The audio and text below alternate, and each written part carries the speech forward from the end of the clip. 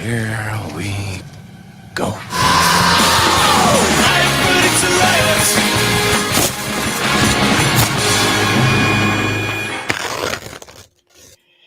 G'day fans and welcome back to another exciting episode of Rip It Off the Card. It's a Wednesday night. It is hot outside once again, even though up north it is just doing nothing but bucketing down with rain and everything. So this side of the country, the eastern side of Australia, is just going to the pits.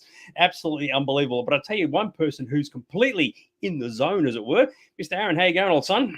Yeah, good. Talking of pits, yeah, it's a bit smelly in here with the humidity tonight. That's just your normal aroma, isn't it? Sort of essence of Aaron. Imagine that. Market yourself. There's a collectible for you. You have your own a perfume fragrance, essence of Aaron. I can imagine a few people out there sort of giving that a bit of a squirt under the arms, going, "Oh, I smell like a top-notch collector." Huh? Like one of Gwyneth Paltrow's candles. Unbelievable. So we've got a whole bunch of people join us. Good old Angers joined us as always. Little Dicko's joined us. Good old Christy. We're being violated already. Good old Joe. Mr. William. Absolutely fantastic. It's a hot night. Instead of going out on the town like you should be, come in here and hang around with us for the next couple of hours as we discuss all things that are collectible and particularly a bit of James Bond tonight. We're going right left field off the science fiction track and we're going a bit of ding, ding, ding, ding, ding, ding. We're getting a bit shooting guns and picking up girls and driving fancy cars. What's the deal with that? Oh, it's just, we've actually had a few people request James Bond merchandise, and it's such an expansive and long franchise. You can't do it all. So we're gonna dip our toe into the Bond waters and see how it goes. Well, I tell you what. Hopefully, I haven't seen his name pop up yet. Michael Herbert is one of our regular dudes, right? Who joins in on the show. And how's this? He comes into your store on Saturday, and we asked him. We said, Michael, what do you think of last week's episode? And you know what he said? He said, I got 10 minutes into it and I just turned it off. Right now, sure, he may have said that later on he watched the replay. Sure, he may have said he was tired because he'd been at work all day. But as far as we were concerned, dude, you turned us off after 10 minutes. We didn't even get into anything interesting in 10 minutes. We didn't get to the vial file. We didn't get the Greg King's thing. Nothing. He just switched us off. It was like, how's that? And he tells us in the store, it's like, oh, that's all good. I just turned you off. What do you reckon to that? Most of the people come in and say, oh, I fell asleep. So it's a different reaction, isn't it? Well, yeah. But the worst part is when you and I fall asleep. So, that's never a good look. So, yes, indeed, every Doctor Who episode, I see you nodding off. Oh, crikey, yeah. Is that before or after I throw something at the TV? So get it off. So anyway, look, welcome to the show tonight. It's a bit of a big one as per the usual. And hopefully Michael does join us, unless he has nodded off and has decided to just say, it's just these guys talking. I did actually say to Michael, I said, dude, I'm going to hang it on you big time on Wednesday night. So he's probably run away hiding. So there you go. What do you reckon? Do you know who doesn't fall asleep? Colin doesn't fall asleep. He's here every week. Yes, he has. Good old Colin's joined us, of course. He's got Thomas with us. He's on his phone instead of his laptop or whichever. Good old Moneybags Sullivan. Oh, good old Moneybags. Absolutely fantastic. So it is. Look at this. We are more entertaining than the Book of Boba Fett. Fortunately, Christy, that's not really saying much because the Book of Boba Fett, all things being equal, was a shit show. Putting it in simple terms. There's a few people here who were at the John Williams concert last week, I think. I wanted to go to that, but couldn't arrange the time. And so it's good to see everyone here tonight. As Dag said, we've got a big show. Indeed. So let's kick it off, shall we? So as always, we've got to talk about some new stuff. So let's get into it.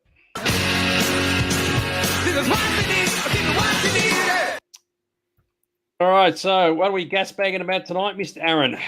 Well, it's all Star Wars and Jurassic Park tonight, isn't it? I'm not sure what order it's going to come up in. Have we clumped the Star Wars together, or is Jurassic Park in the middle, or is Jurassic Park front-loaded? Well, just sit tight. So Joe's mentioned about it's harder to drop wine on your phone. So because I think Thomas is renowned for hanging onto his wine glass when he's watching some of the segments on the show. Good old Jeffro said, "Wait a minute before your things goes go on the go-goes. Our lips are sealed." So there you go. Where are we? Oh, there's a whole lot of comments coming up right here now. I thoroughly love watching The Odd Couple on Wednesday nights. Odd, weird, bizarro. All of them fit us definitely. And Carol said, "What? No docu who about friggin' time." Thank you very much, Carol. That's all I'm going to say about that. And and Daniel Moneybags Sullivan said the concert was fantastic. It is worth noting that Moneybags Sullivan was supposed to join me on Monday to watch the Super Bowl, but he piked out. He wussed. So where's the story of that? Unbelievable. Did you invite him over for that? What was that? Did you invite him over for that? No, he invited himself over. There you go. As one does. So anybody out there, if you want to invite old Moneybag Sullivan to your gig, just be aware of it. He may just not show up. So there you go. And Russell is, that means he stood himself up. yeah, exactly right. Yes, Aaron Ostrich, that I do love. So, well, yeah, Aaron does have his head in the sand from time to time. As long as I'm not Dickie Knee. Yeah, exactly right. Absolutely love it. And Gavin's made a mention about no Doctor Who tonight. Yes, you never know. We might be able to slip it in somewhere. So don't give up yet, just kids. Even behind me, the Doctor Who's been covered in Bond tonight. So yeah. Cheapest creepers. So anyway, I like the fact we're not talking about Doctor Who yet. We're talking about Doctor Who. What the hell's wrong with this particular thing? Oh, Christ, even Greg's having a go at it. Oh, what? No, Docky Who? Crikey, it's cheapest creepers. All right, let's move on. Otherwise, we'll never get stuff done. Anyway, so from a really dodgy franchise, a la Doctor Who, to an awesome franchise, we got a little bit of this. Yeah, wrap your lips around a Calipo. Star Wars Calipos are back in the shops. And this wasn't one of those pieces of news I saw somewhere online. This was going down to the local shops doing my weekly grocery shop. And there you have, you've got the blueberry and raspberry that represent the lightsabers. Now, Dags and I have a bit of a joke over confectionery collectibles, especially the frozen ones. It's like, how long can you keep them before they melt, get eaten, or go off? And I think Dags has won because he's got the legendary chocolate Batmobile that's lasted about, 30 years? It's 30 years this year. Yep, that's right. I had an Empire Strikes Back box of icy poles, but I lost due to a power cut and them turning into a puddle of red and black and green goop. So at the moment, Star Wars Calipos are in the shop. If you want to do the challenge and see how long you can put them in your freezer and keep them for, I think they're $7.50 for a box of 6. So with that, you can keep one of each colour in the box and eat the rest. What do you think about those, Dags? You going to go get some? Mate, get them, shove them in the freezer, as you said, and once you've reached 25 years, you'll have caught up, actually more than that, 27 years, you'll have caught up to me. So there you go. That's how long my Batman ice creams have been in the freezer for. So, yeah, absolutely fantastic. And, of course, people laugh at that. It's like, who's going to do that and put them in the fridge? But it's a cool thing to do, even though it's unbelievably stupid, because you never know. Down in 20 years from now, that'll be we're 2022, 32, 42, 2047, you might be able to sell them for a fortune. You never know. In the lead up to episode 36, the Calipos go up on eBay. Yeah, exactly right. Moneybags has asked this tonight. Shaken, not stirred. We're definitely we're a bit of both, actually. And I like this one from Russell. Yeah, your Calipo is much bigger than mine. So it is Russell till I push the bottom of it, and then the Calipo rises up. Yeah, exactly right. So very, very good. Now get them, stick them in the fridge, and have a whale of a time. But if that isn't going to work for you, then clearly this will. It is this big ass thing. Now, if you look at that, this really surprises me. I thought that was a steal from the Jurassic Park movie. It isn't. This is a new X Plus statue that's coming out, which is the T-Rex from the end of the original Jurassic Park movie. And it is such a good statue that the detail on it, I think, is photo accurate. When you look at the photos of it, it's as good as the one they show in the movie. And they even give you the Jurassic Park banner, which is made of cloth with a piece of wire through it, so you can position it how you want, with it falling down to recreate the scene from the end of the movie. Now you can see from that person who's holding it and not giving the T-Rex COVID how big the piece actually is. It's a huge piece that's on pre-order at the moment, and being that dinosaurs are generally always popular, I think this will sell out fast and become quite an iconic collectible. I totally agree with you. It looks absolutely schmicky mouse, and yeah, the fact they did put the banner over it is awesome. It's like they took a still at the end of the movie and they said, okay, let's just replicate that. And yeah, I agree. I mean, it must weigh. I mean, the way the guy's holding it, it looks like it's pretty heavy too. But yeah, it's very, very impressive. And to be fair though, I mean, at the end of the movie, when that banner came across the T-Rex, it was like, what an awesome way to finish that sequence. I mean, that was just so clever when dinosaurs ruled the earth. So yeah, that's definitely a Steven Spielberg. Yep, thumbs up, big time. It's at a price tag that'll put your bank account back to the Jurassic period as well. Yeah, well, that's right. So, yeah, Chrissy said it's absolutely amazing, and it is. So, yeah, so get a chance to check it out. Any idea what something like that would cost? I was looking at the American version. I don't know if it's on sale here, and I think it was $800 US. So it'll be over $1,000 when it turns up locally. Probably about one and a half. I love it. COVID Park. Yeah, if the dinosaurs don't get you, the cops will. Oh dear. Hang on. Russell said, just realised you must have your choc Batmobile on the way to my wedding. Yeah, because I was thinking about that. I was like, on the way to Rusky Babes' wedding. Excuse me while I just pop into the store and pick up a chocolate Batmobile and stick it in the fridge, and away we go. So, yes, very, very good. Is it a wedding gift? Is it a wedding gift? No, it's something to discuss on a TV, on a web program 20 years later. 30. Thank you very much. 30 years later. How good is that? Very, very cool. All right. So from unbelievably ridiculous, yeah, exactly right, Mr. Grusky Babes, 30th anniversary of both, which is completely true. So from unbelievably expensive Jurassic Park T-Rexes to something. Now, I don't know what the deal was with this, but you can explain it to me. So, as we know, Hasbro/Kenner have been re-releasing a lot of Star Wars figures because they've worked out the new stuff doesn't sell as well to kids as the old stuff, well, the stuff that looks old does to grown-ups who have that nostalgia yearning. And they've released a retro series, which we've seen before, and they've done the retro versions of some of the Mandalorian figures. Now, fresh from them not appearing in the Book of Boba Fett, we've got retro versions of Dengar and IG-88. Maybe even Hasbro were anticipating them appearing in Boba Fett for the timing that they've come out. And what they've done is basically reissued the original figures with the original looking accessories, and they're in a new retro 2-pack that is going to be in the shop soon.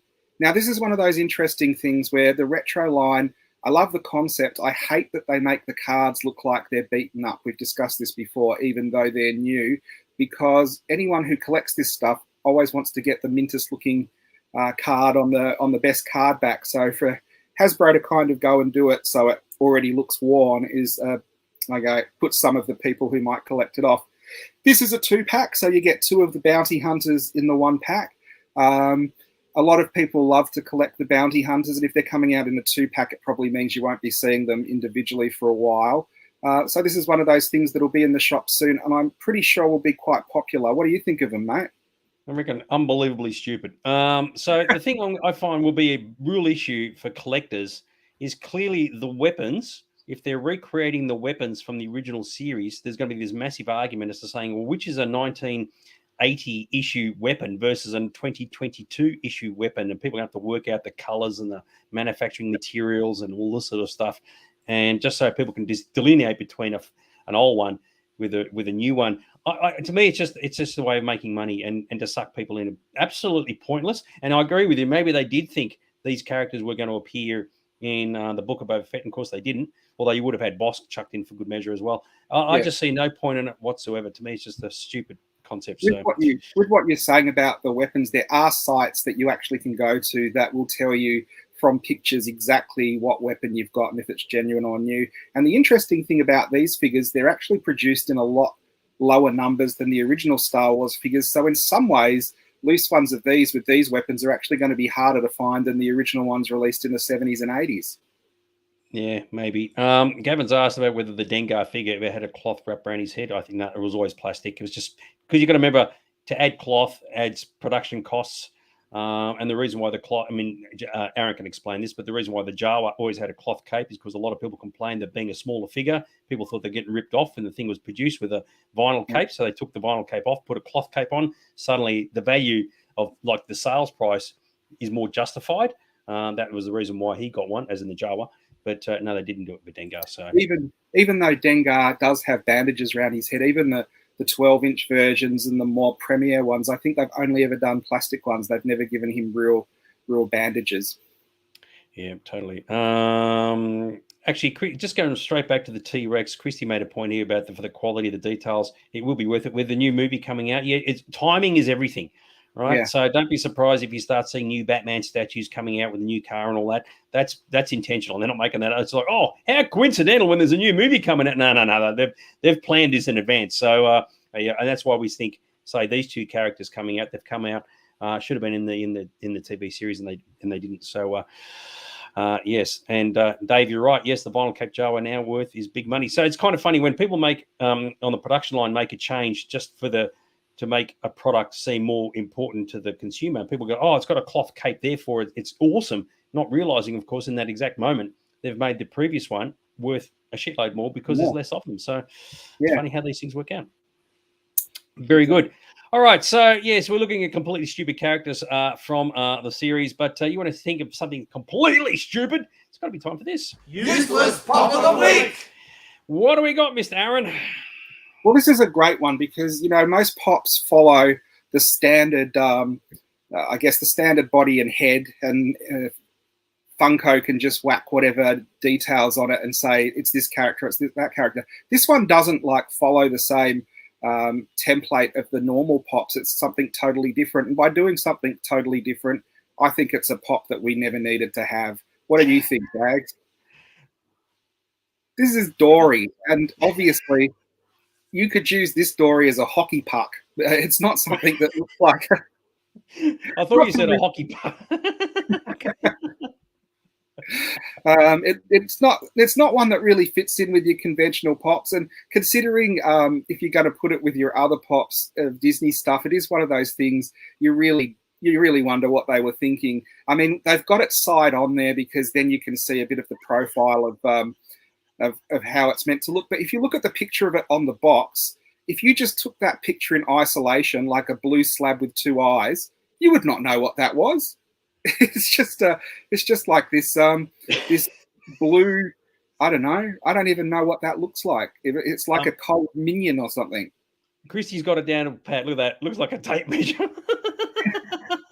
Well, that would be awesome. Actually, Christy, you should patent that. You get Dory and you get her backside and you just rip the tape measure out. Like, it's one of those like utility things for kids to play with in their Disney sewing kit. So that would be a more useful use for this pop than actually as a pop collection. And I say this every week. I know there's a lot of people that collect pops and probably a lot of people that collect Disney, and I don't think this appeals to either group.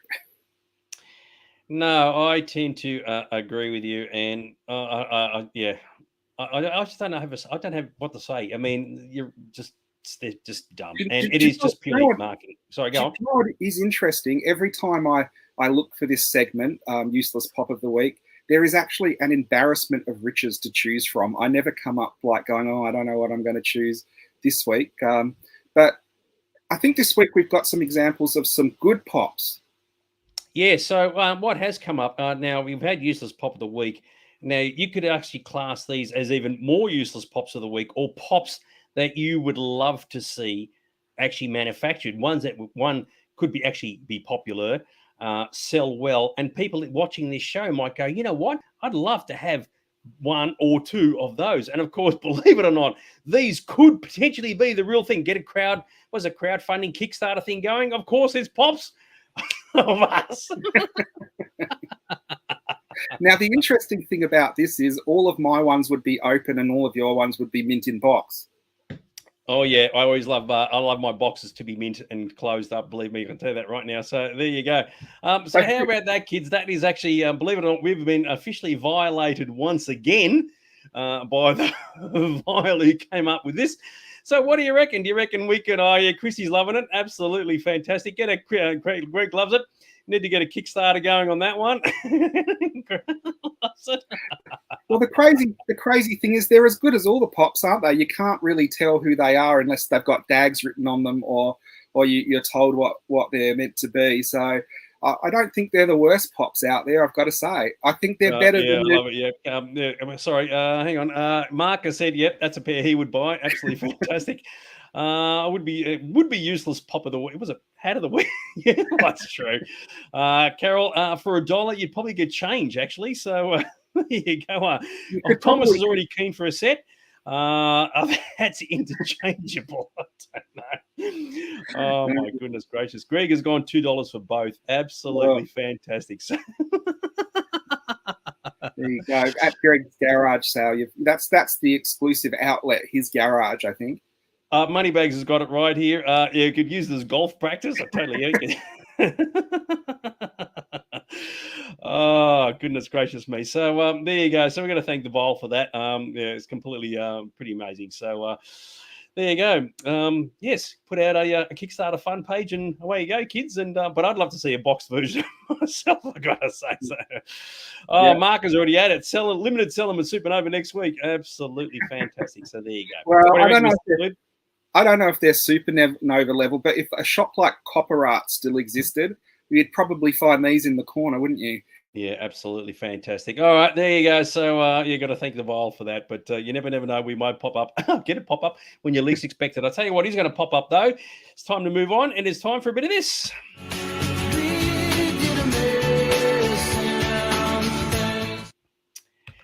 So now I'll get you to say something, then I have to say something, and I'm going to pass on to you. So what do you want to say just very quickly regarding what's coming up? That's how the show usually works.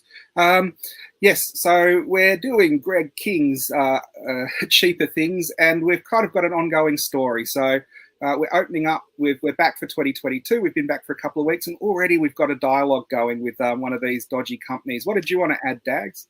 All right. So for those who aren't aware of what's going on, this has been happening for the past couple of weeks. So Aaron saw, if you look up here, a Stargate bookend that was for sale for $28.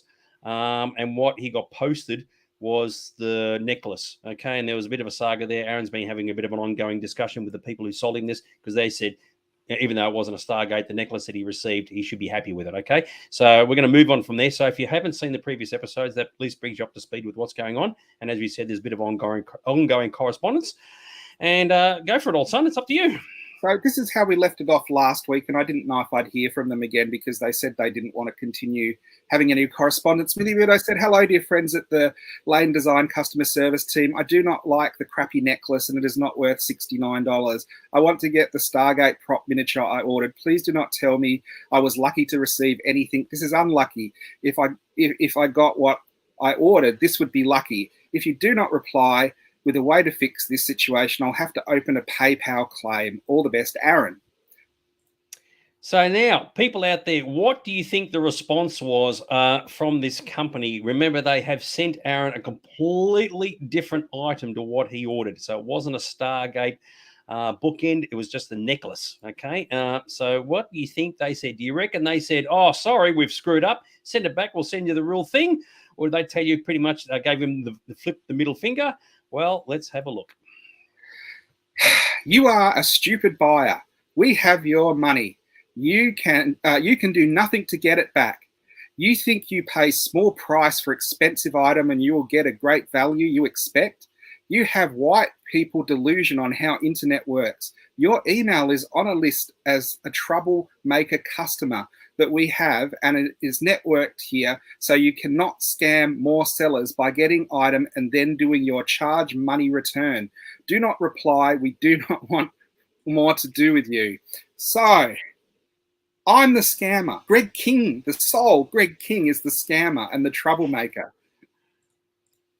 Indeed. So, that's the response that we got. So pretty much they're going to say, "Nah, stick up your funkin' waggles. We're not going to give you anything. We're not going to, you're not going to get your Stargate prop. And what you got, you should be happy with." And that's effectively how it all finished. But there was one more bit of correspondence that had to come through.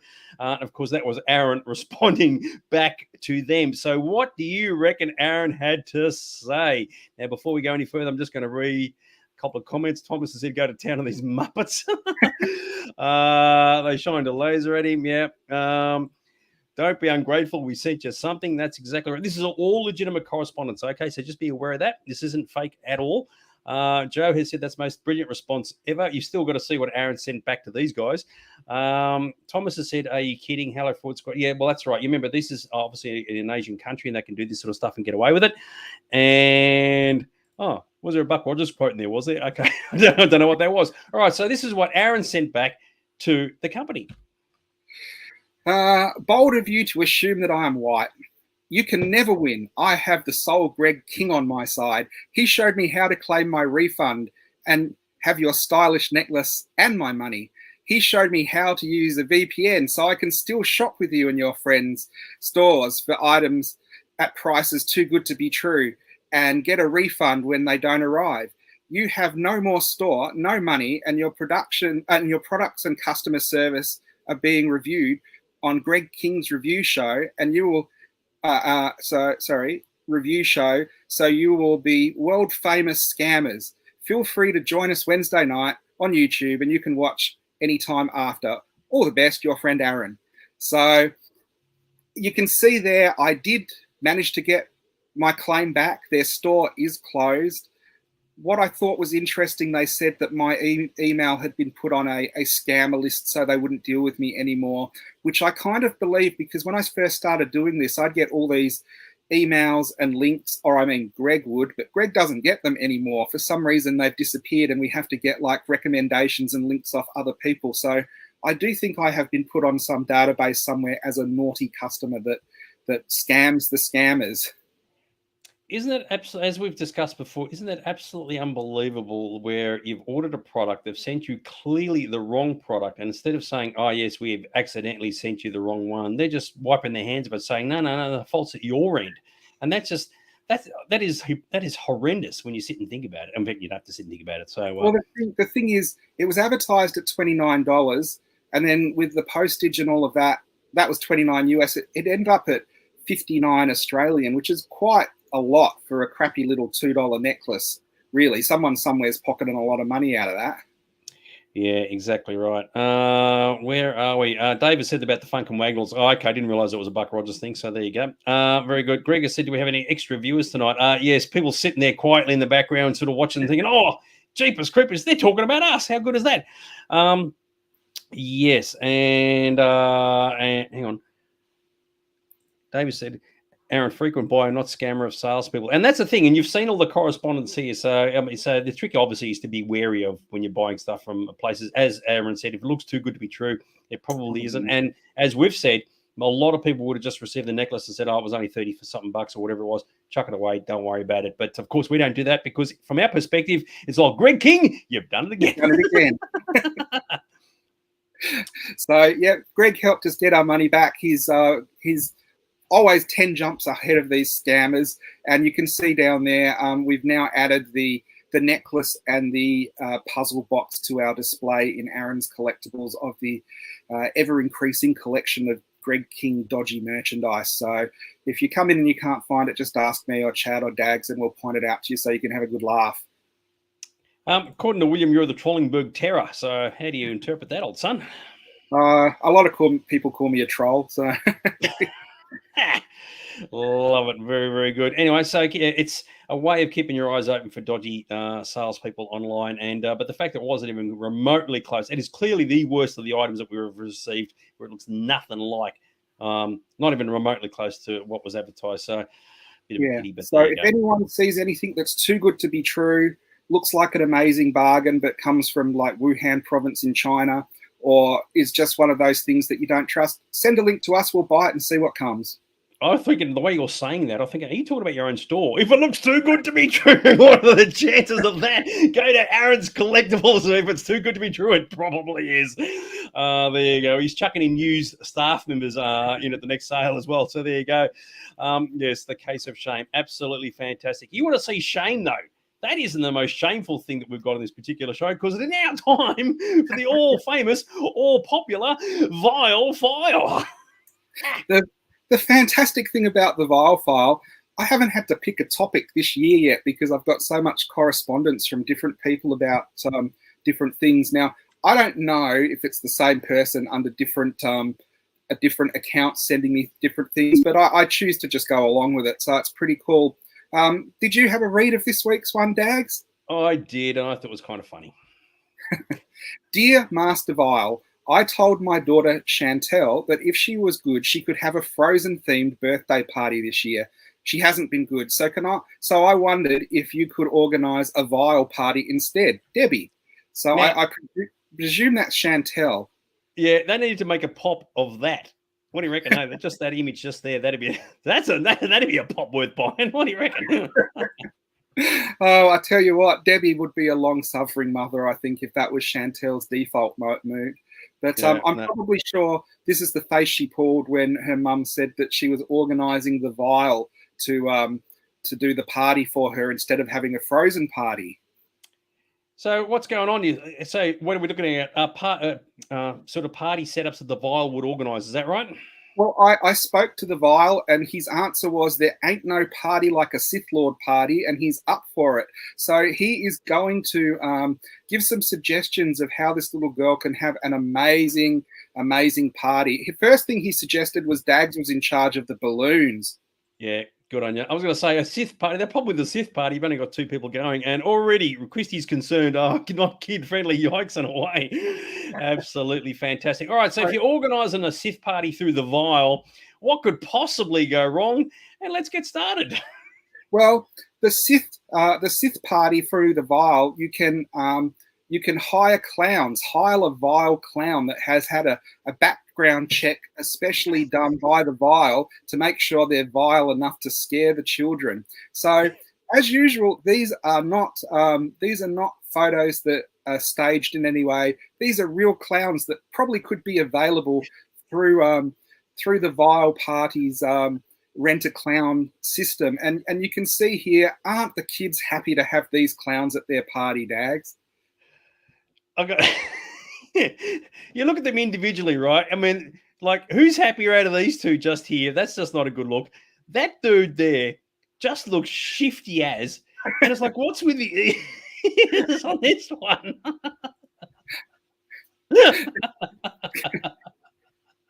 Oh God, it's a classic. Unbelievable. It's yeah, I don't know. It's actually, if you painted himself green, it could be like a Yoda or a Grogu or something. This guy over here. Well, these all have like double comedy because the clowns are funny, but then the kids' reactions to the clowns are funny as well. So it works on 2 different levels. Like the Vile is always supplying us like A-grade champagne comedy, I think. Yeah. Well, there you go. If that doesn't work for you, get into this. Hire a clown. The Vile has also added only the best unemployed alcoholics in the business. So he personally screens all of the people that work for him. I think the bozo on the end is the same clown, and as you can see, he's popular, just as popular at all the parties he goes to. You can see that the kids there are all having an amazing reaction. I don't know what's with the midget clown in the first photo, sort of doing the lean back to make sure he's in the photo with the group of people. You've got a very despondent looking child in the second photo, a terrified child being clutched around the chest by the clown in the third photo, and Bozo in that last one with a balloon. Is that a young Dags? Is that how you got the phobia for balloons? No, I didn't. I got to say that when they sit on their laps of clowns, right, sitting on their laps just here and there, it just look. I mean, this looks like such a dodgy picture, doesn't it? Eh? Her reaction, his reaction. I mean, what the hell's this thing down here? What's the deal with that? I don't know. Only in the twisted mind of the Vile do we find any understanding as to why parents would hire these clowns. But I think Debbie's got plenty of ideas for little Chantel's birthday. Like, there's already, an embarrassment of riches among those clowns, isn't there? Yeah, you could just put a thought bubble with this guy right here, and it's just like he's got dodgy written all over it. Unbelievable. Hire a Vile clown. No working with children card. No worries. We don't have them. So if you are looking for a clown for a birthday party, you can do a lot worse than going to the Vile. He can find you an unemployed alcoholic clown without a working for children card, and they probably smell of BO as well. So that's always going to be a highlight of a children's party that's remembered by everyone who went for years and years to come. Unbelievable, eh? So isn't that absolutely astounding? So there you go. Well, what is really interesting, the Vile doesn't just do clowns. He does. He has employees who do suit work. For those who don't know, suit work is when characters turn up at children's parties. What isn't obvious from those pictures? The same guys that are in the clowns are in the suits. But lucky for Chantel, we actually have an Elsa there from Frozen. So he does have the opportunity to send one of those along. She can have a Vile party and a Frozen party. That's Frozen Vile right there, or maybe Vile for short. Oh, I wouldn't mind slamming down some Frozen Vile right now, considering how warm it is at the moment. But there you go. What's the deal with the Mickey thing over here? It was like slip on the head and away you go.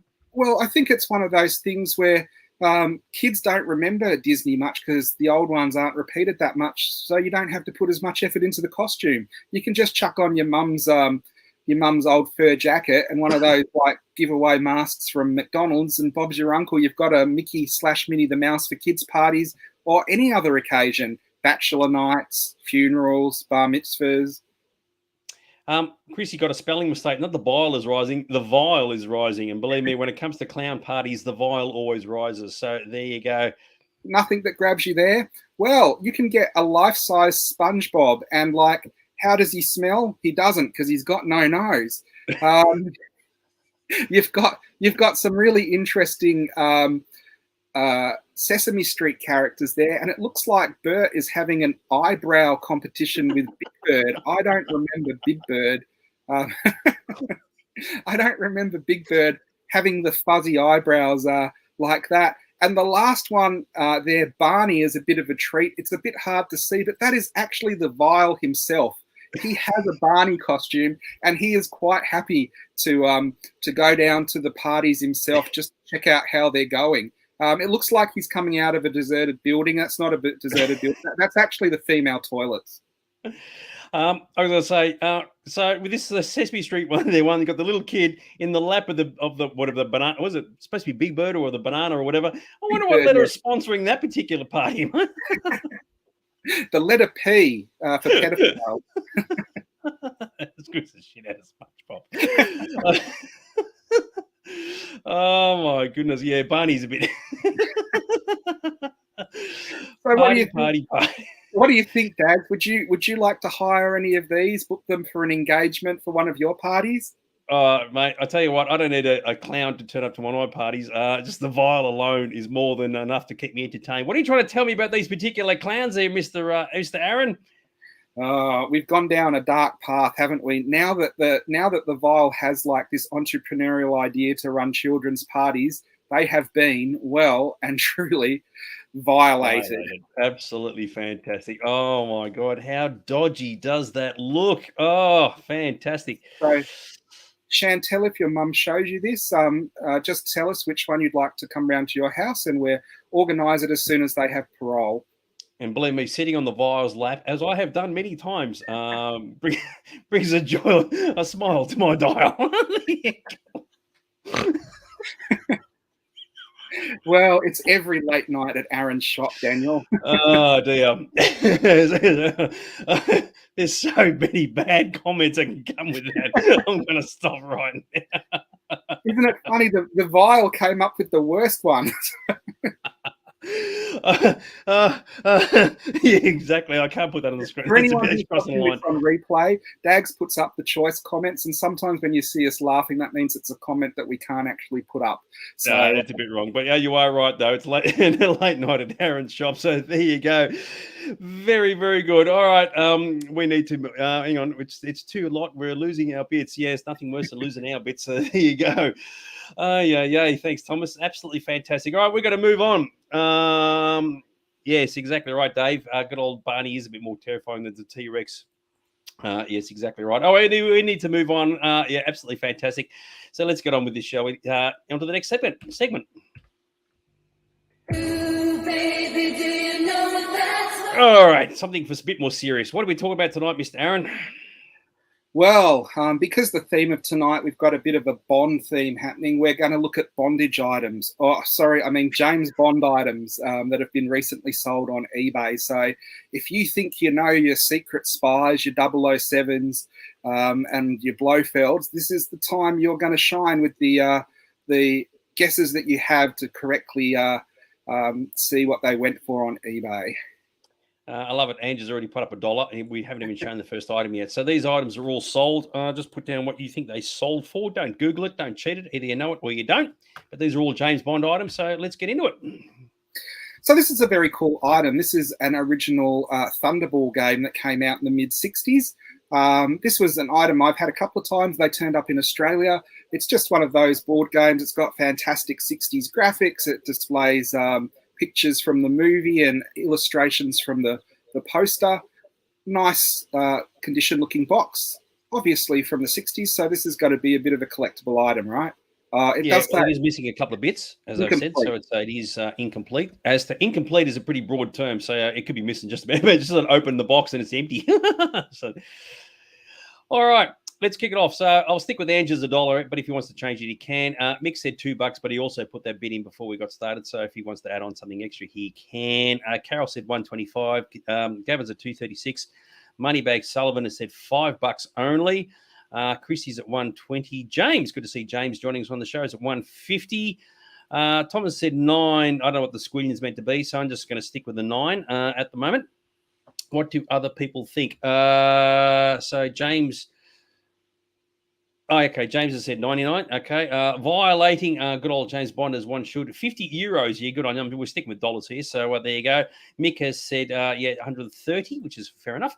So what does everybody think? James Bond 007 Thunderball, the game. And So, when I did read, it's very, very good. So if you don't go past go and don't plug a dude in the head, Yeah. you'll be cooking on gas. So there you go. All right. So there were 3 bids for this. It is incomplete, as we said. Rusky Babes has said $60. What do you reckon it all went for? James Bond 007 Thunderball 1965. Bloody hell, most of our audience isn't even that old. I'm not.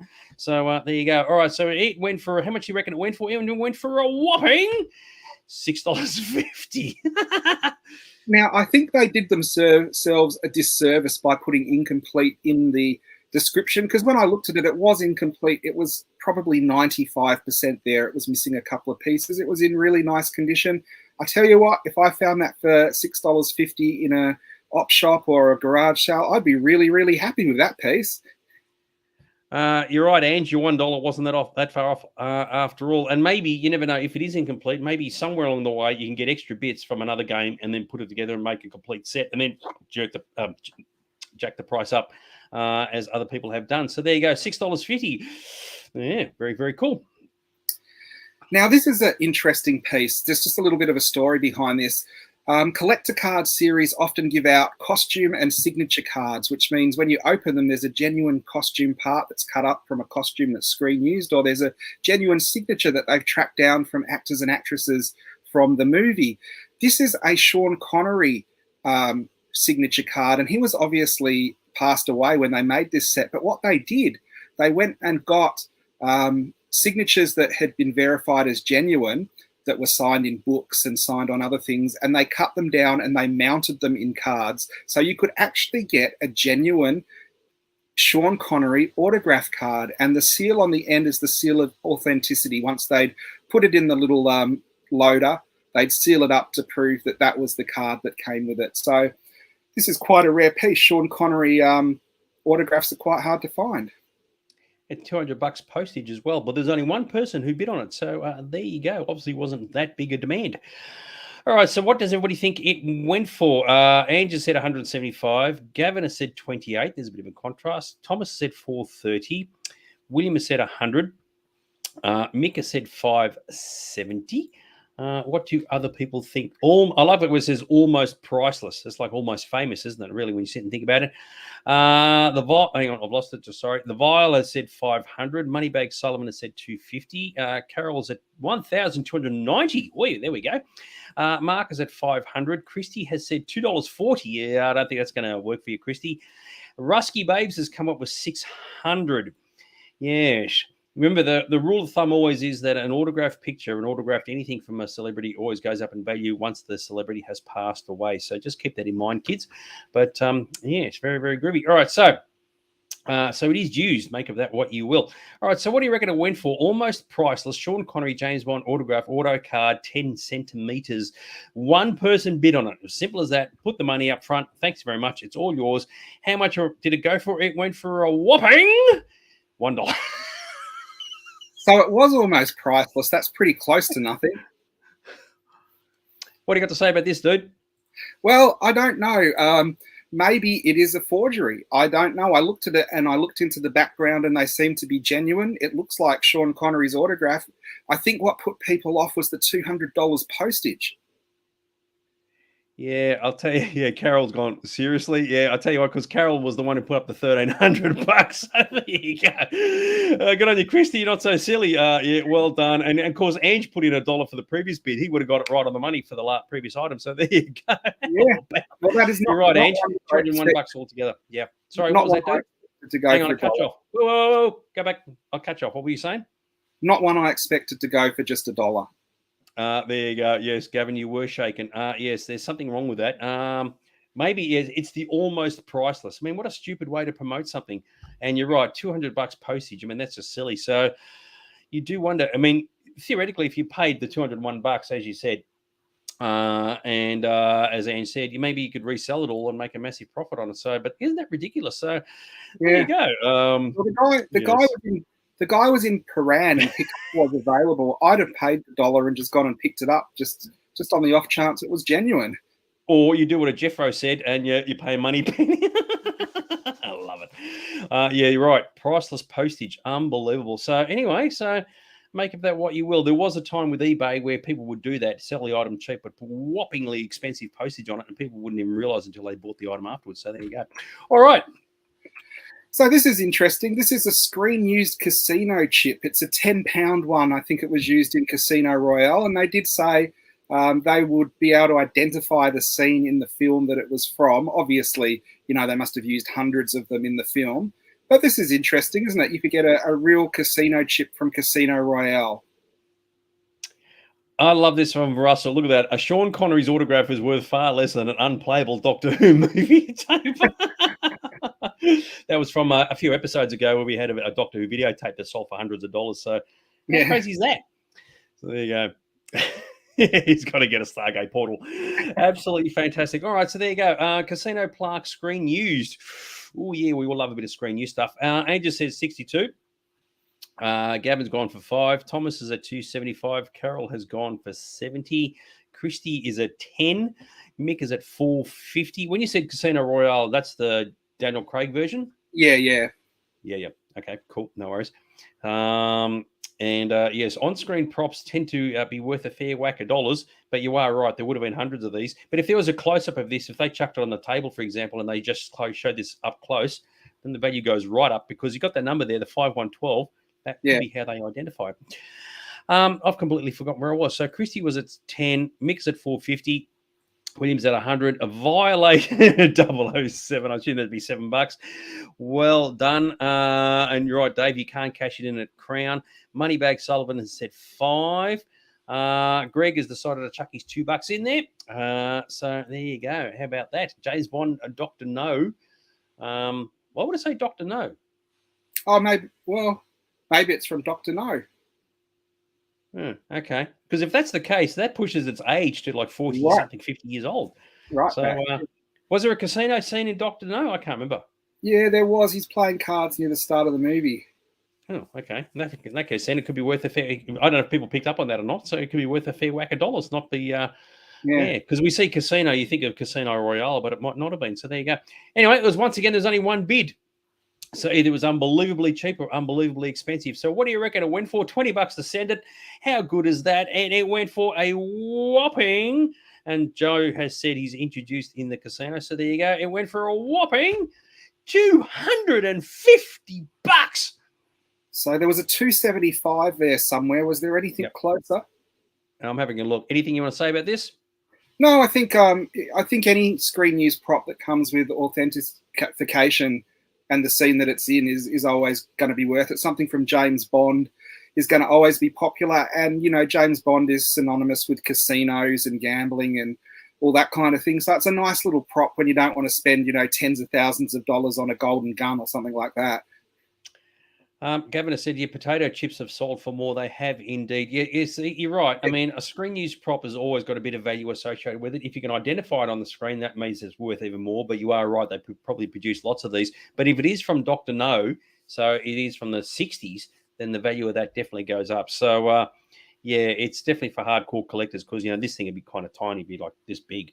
So there you go. But either way, so there you go, Thomas. Yes, you did it. Thomas, you got one this time. So well done to you. All right, we'll move on to the next one. Oh, look at this. So this is interesting. There's different brands of toys at the moment that do the high-end collectibles, and this is Big Big Chief, and they also, Dax, you'll be interested to know, do the Doctor Who figures. But this is a set of 3 of the James Bond Goldfinger series. So you get James Bond himself, Sean Connery. You also get Oddjob, and you also get Auric Goldfinger. So usually, when 3 of these high-end items go in the one auction, someone can get a bargain because people only want James Bond or have James Bond and want the other 2. So it kind of limits the amount of people that will bid on it. So this is for a set of 3, not just the one you see here, all the ones from Goldfinger. I agree with Dave. Great likeness. It actually does look really, really good, which is actually important for selling these things. All right. So Andrew said 72. Gavin has said 3. Oh, golly. Okay. So he's chucking them out nice and cheap. So there you go. What do other people think of this? Big Chief Studios. James, who's Big Chief Studios? Who are they? Do you know? They're a studio that do Doctor Who figures.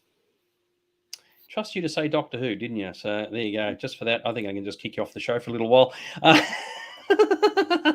there's hot toys that are sort of recognised by most people as the industry standard. Big Chief is sort of the British version of Hot Toys. So they've done a lot of UK properties like Thunderbirds and the previously mentioned Doctor Who, James Bond, and other Jerry Anderson ones as well. Very good. All right. Cal said 150. Moneybag Sullivan said 300. Thomas has said 70. James, good to see James with us, is at 675. Mick is at 120. Violating Sean Connery is the Violet 170. William has said 100. And Rusky Babes has said 350. So everybody's pretty much said there's a little bit of value involved with this, which is particularly groovy. So there you go. All right. So what do you reckon it went for? James Bond Goldfinger set of 3 1/6 scale figures that, based on the Sean Connery one, look mighty fine, I've got to say. How much did they rent for? Well, they went for a whopping $1,100. What's the deal with that?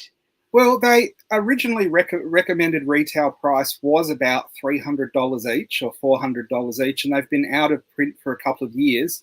So they are collectible figures. I'm surprised no one put in a crazy high bid and got them.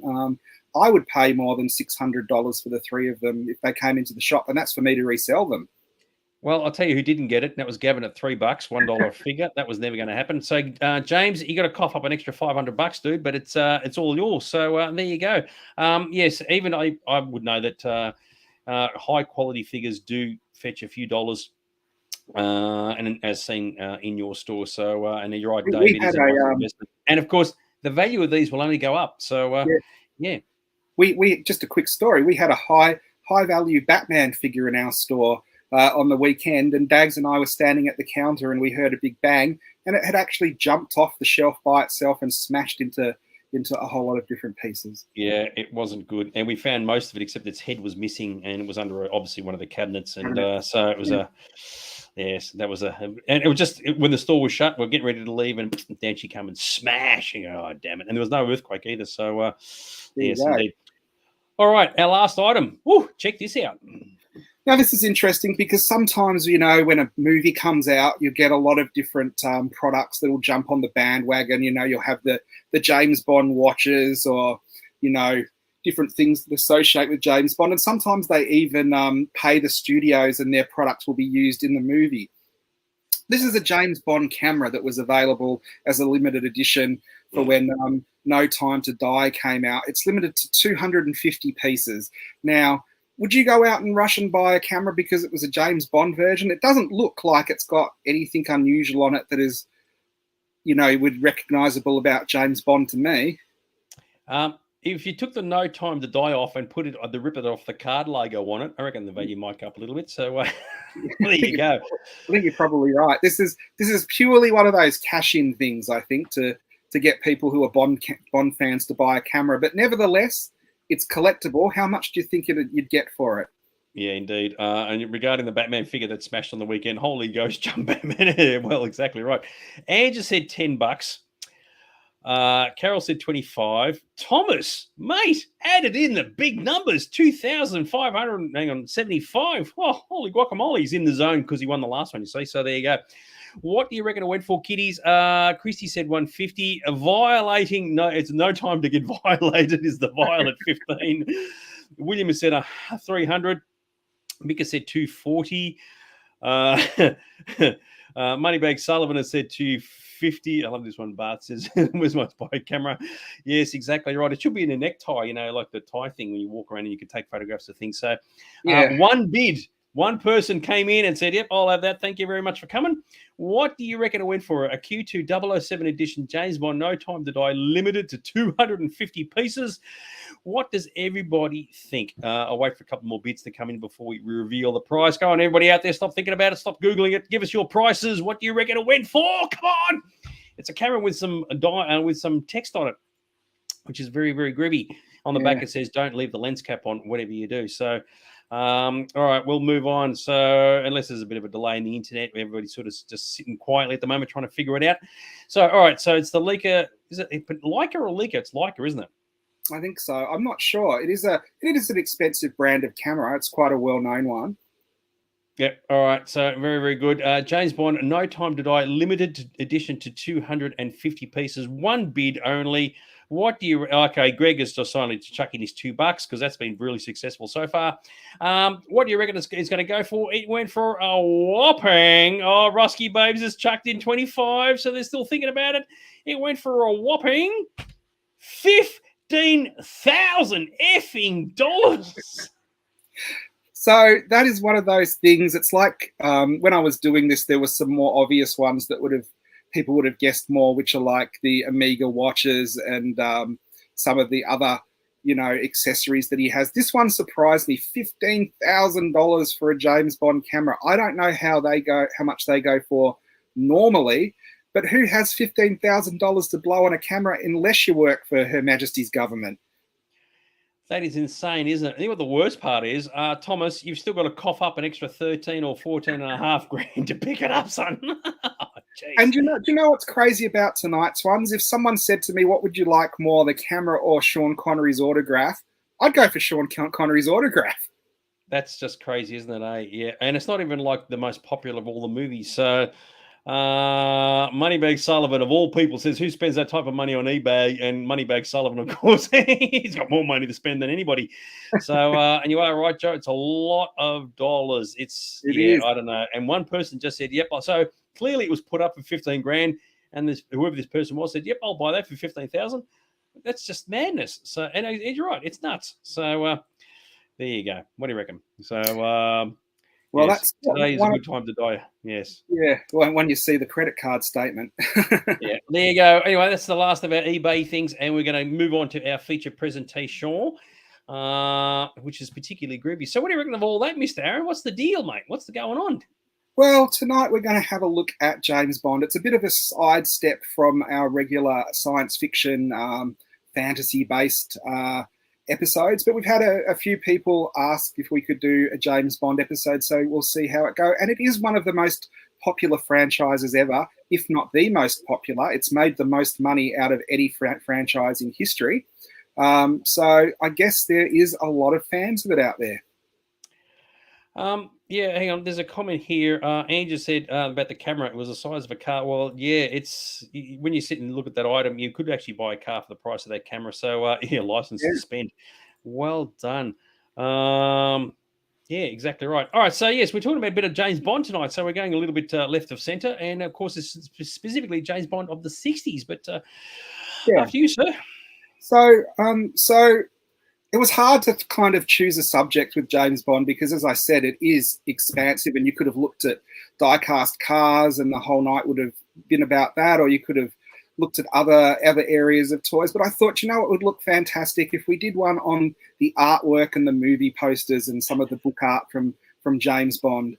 And so tonight's is going to be visually quite nice to look at, so I hope you stay and watch everything. No, probably not as popular as Doctor Who, but we're talking about movie franchises, not TV franchises.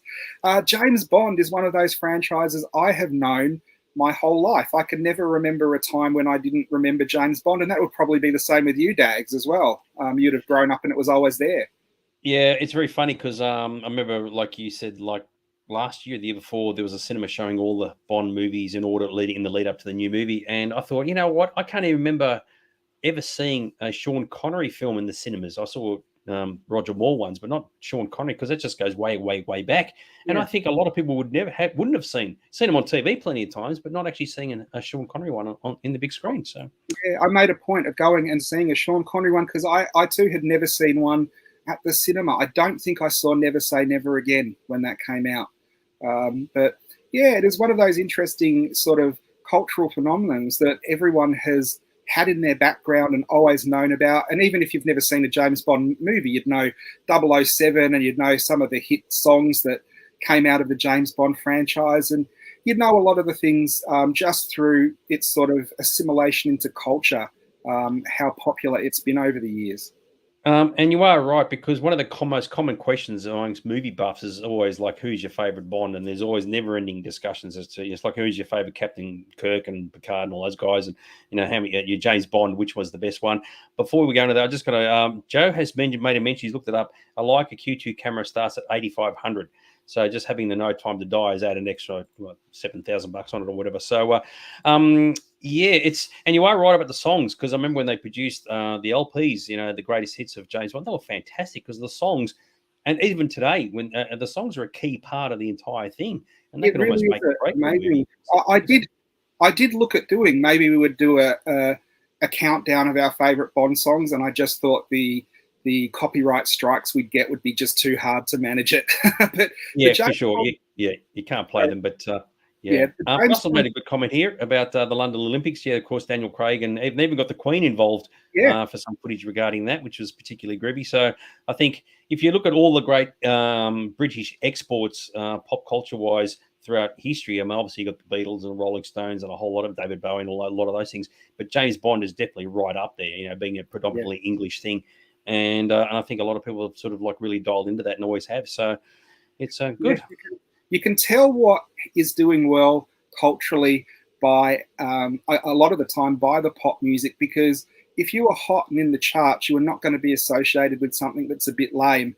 And the whole James Bond, every single movie, the good ones, the middling ones, the bad ones, have always had the top artists of the time sort of scrambling to be the ones that do the themes. So they're very evocative of the time that they're released, because they are full of popular music, and then they have that classy orchestral version of the themes as well. So you can listen to the 80s Duran Duran or Aha, and then you have John Barry doing orchestral versions of these pop songs through the movie, which kind of lifts it up a notch. And we're not even looking at the music tonight, really, but we're having a general look of James Bond and what Dags and I find nostalgic and we love about it. So we're going to be going through this, giving you a little bit of information, and Dags and I will maybe do mini reviews of some of the movies or our favourite scenes that we remember from growing up.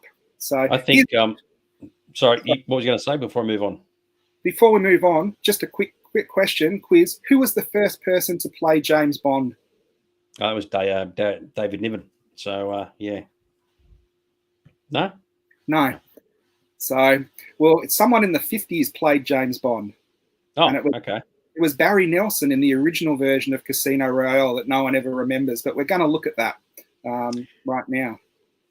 Just quickly, I also think too that the nature of the films and the characters always associated with really high production values, really really impressive action sequences, and I think even from the very beginning when they were like Dr. No onwards, a lot of people dialed into that. So whenever a James Bond movie was coming out, it was the pinnacle of spy movie franchises. It was always expected they're going to be big, boisterous, a lot of stuff going on, really really high quality, and you're going to see stuff you've never seen before. And I think for a lot of people, a lot of guys, a lot of males would have thought, I'd love to be a James Bond type character. And a lot of women would say, I'd love to be hanging out with someone like James Bond. So it just had winner, chicken dinner right across the board in terms of the way the franchise was styled, designed, and executed. So there you go. Tell you what, there's a lot of women hanging out with James Bond on a lot of the posters through the 60s. I tell you that. Which by today's standards is probably very sexist, because obviously the women were treated as sex objects and like right up until just probably about a decade or so ago. But anyway, but having said that, if you were listed as a Bond girl, that was like a bit of a ticket to first class fame. So it was. There you go. It absolutely was. So yeah. Okay, so I think everyone would know sort of the potted history of James Bond. James Bond was written by Ian Fleming, who himself was in the Secret Service, and a lot of the stuff that he wrote was semi-based on stories and ideas that went back to his time serving on Her Majesty's Secret Service. His first book was Casino Royale, and it was an instant hit. James Bond was classed as a sort of risque pulp fiction series of paperbacks and novels when they came out at the time, because they did have a lot of sex and violence in them. And people may or may not know this. They were kind of popularized by J.F. Kennedy, saying that Fleming was one of his favorite authors. And they thought, well, if the president, JFK, is reading Bond, then it must be okay for everyone. So that was one of the things that pushed it from sort of, you know, getting it on the newsstand as a bit of a guilty indulgence to the more mainstream. This also means the earlier books are quite hard to find because, I mean, they've been reprinted lots of times, but first editions had very low print runs because they weren't the best-selling novels that they became later when the movies had taken off. Just a complete deviation from the topic. The Vial has asked a 7-inch white vinyl of A View to a Kill. Any thoughts as to what that'd be worth? About $50. About $50 Australian. I have that. I have most of the Duran Duran stuff. Cool. So you can see here, these are probably the men that are most responsible for launching 007 and causing its phenomenal. I'm having word problems with phenomenal tonight. Success. You've got there Ian Fleming and Sean Connery, and then the two producers and the people that really pushed for Bond to be made into the movies they became, and that is Cubby Broccoli and his partner Harry Schwartzman. And they got the rights to 007. It was a bit strange because some of the rights had been sold before, so Casino Royale wasn't available, and Thunderball was a bit of a rights problem as well. But they decided to open up with Dr. No. And a lot of people like the original first couple of movies because they are the ones that stick closest to the books. Some of the later ones, they take the titles and very little of what is in the movie is actually in the books, or they take scenes from different books and string them together. You could see there in that picture that even Dr. No, which would have been a movie that came out just off the base of the books, got marquees and entire cinemas advertising that it was coming out, and huge crowds. And you can't see in the pictures, but some of the pictures, the theatres are saying the theatre is open 24 hours a day to satisfy demand. And, you know, you see these blockbuster pictures of Star Wars, and sometimes you forget that there were movies before Star Was and some of these modern blockbusters that were just as big and did amazing numbers at the time. When it came out, Thunderball was the biggest movie in history and was the biggest grossing James Bond movie right up until some of the modern ones. Thomas made a point about the fact that he's never read the books. Don't be spun out by that, Thomas. A lot of people didn't read the books. I guess people were just taken in by the films, and that's the reason why the films were so successful. Some people may have gone back and reread the books or read them for the first time, but you'll probably find a lot of James Bond enthusiasts never read them, because once you've seen the film, you don't need to sort of go back and look at the source material, because as far as you're concerned, the source material and the film are one and the same thing. So, yeah. So I read the books probably when I was in primary school. Behind me is the series of James Bond books, and they were actually my dad's, and I've inherited them and kept them. And they're the ones that came out. You know, he didn't collect them when they were originally out. He collected them because of the movies. And I remember the books being good reads, but not actually much about them, because what Dag said is 100% true. Read the books once, seen all the movies 10 or 20 times. So the movies are the definitive versions. Do you remember the first Bond you saw at the cinema? Oh, no, it would have been a Roger Moore one, but I can't remember which one it was. I mean, I wasn't taken in by Roger Moore as much as Sean Connery. So, but whatever came out in the late 70s, Moonraker, just prior to that, maybe I can't remember. So. Probably would have been Moonraker. I think Moonraker was my earliest one. I was only little. I remember it just because of Jaws and being quite scared of him, and later in life going, how could you be scared? It's more of a comedy type thing. Yeah. But that's later. We're going in the Wayback Machine to the 60s tonight and looking at the books and movies from the 60s. So Sue's made a mention about the fact that there was like Sean Connery and the James Bond movies being sexist, and that is completely true. That was a sign of the times as it was back then. And you could somebody could easily argue that in the future, another 10, 20 years from now, that the James Bond movies, the early ones, first dozen or so, will not be viewed by anybody for that very reason. It's a very, very valid point and a very valid comment. It's hard to say. It's a part of history, whether you're sort of for it or against it. And but as we're sort of looking back in time, they were very successful for what they were. Sure, they may not last into the future, but when they first came out, they were definitely very successful. That's pretty much what we're focusing on. Yeah, there you go. So we're going to be looking at the movie posters. And while I was researching this episode, I found this. And if anyone collects movie posters here, you will realize what a bargain this was. This was a listing in the newspapers back in the day. I'd say it would probably be from the late 60s, just judging by the movies that are there. Exclusive motion picture posters, original full-size one sheets in colour and mint condition, featuring Bond and his foes and his women for $5 each. Yeah. Now, in mint condition, I was looking at these posters. If you could find them now, thousands and thousands of dollars each. So someone must have had a warehouse find and advertised them somewhere, and collectors would have had a bit of a buying frenzy. But what a bargain, and what an amazing time when you could see ads in magazines and papers like that. I remember getting some of the old Star logs and them having crazy deals in that I wish I could have bought. So just going a little bit further from what Sue's comment was, the reality was that sex did sell, and having the women on the posters, and we'll see more of it as we go along, and in the trailers and the imagery. I mean, that was just the nature of how the business was back then. And, by today's standards, it's definitely something you would certainly just shake your head at. But it did sell and it did work. And being a Bond girl, if you could become one, was, as I said earlier, lucrative to your career.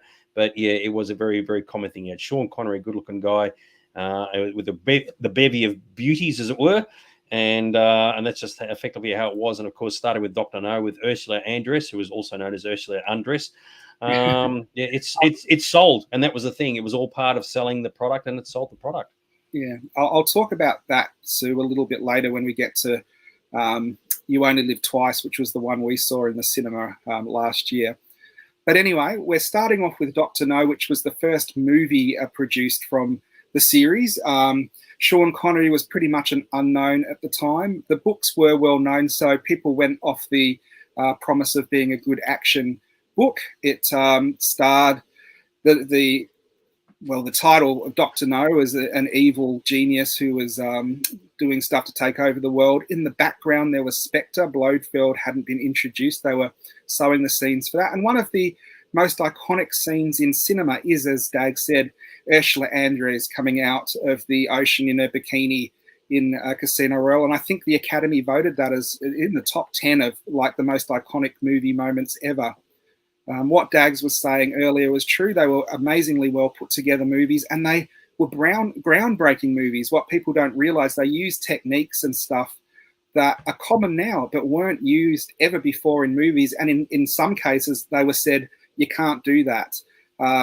They would edit while action was happening. Up until that point in a major movie, you didn't edit a scene while a character was moving, but they decided they wanted a house style that would make it look phonetic and fast, and it was a good way to do that. So they actually did that and changed the style, and people loved it, and it became something that was copied in a lot of movies after that. And it is funny, filmmakers, went to film schools and learnt ways to produce stuff. And if they actually did stuff outside that scope or did anything original, they were frowned upon by, their peers in the Academy. And it's one of those things when someone breaks it up and changes it, then it's all amazing all of a sudden. And that was one of the things that Bond captured. It was a new style of movie making. It had amazing music. It had amazing visuals.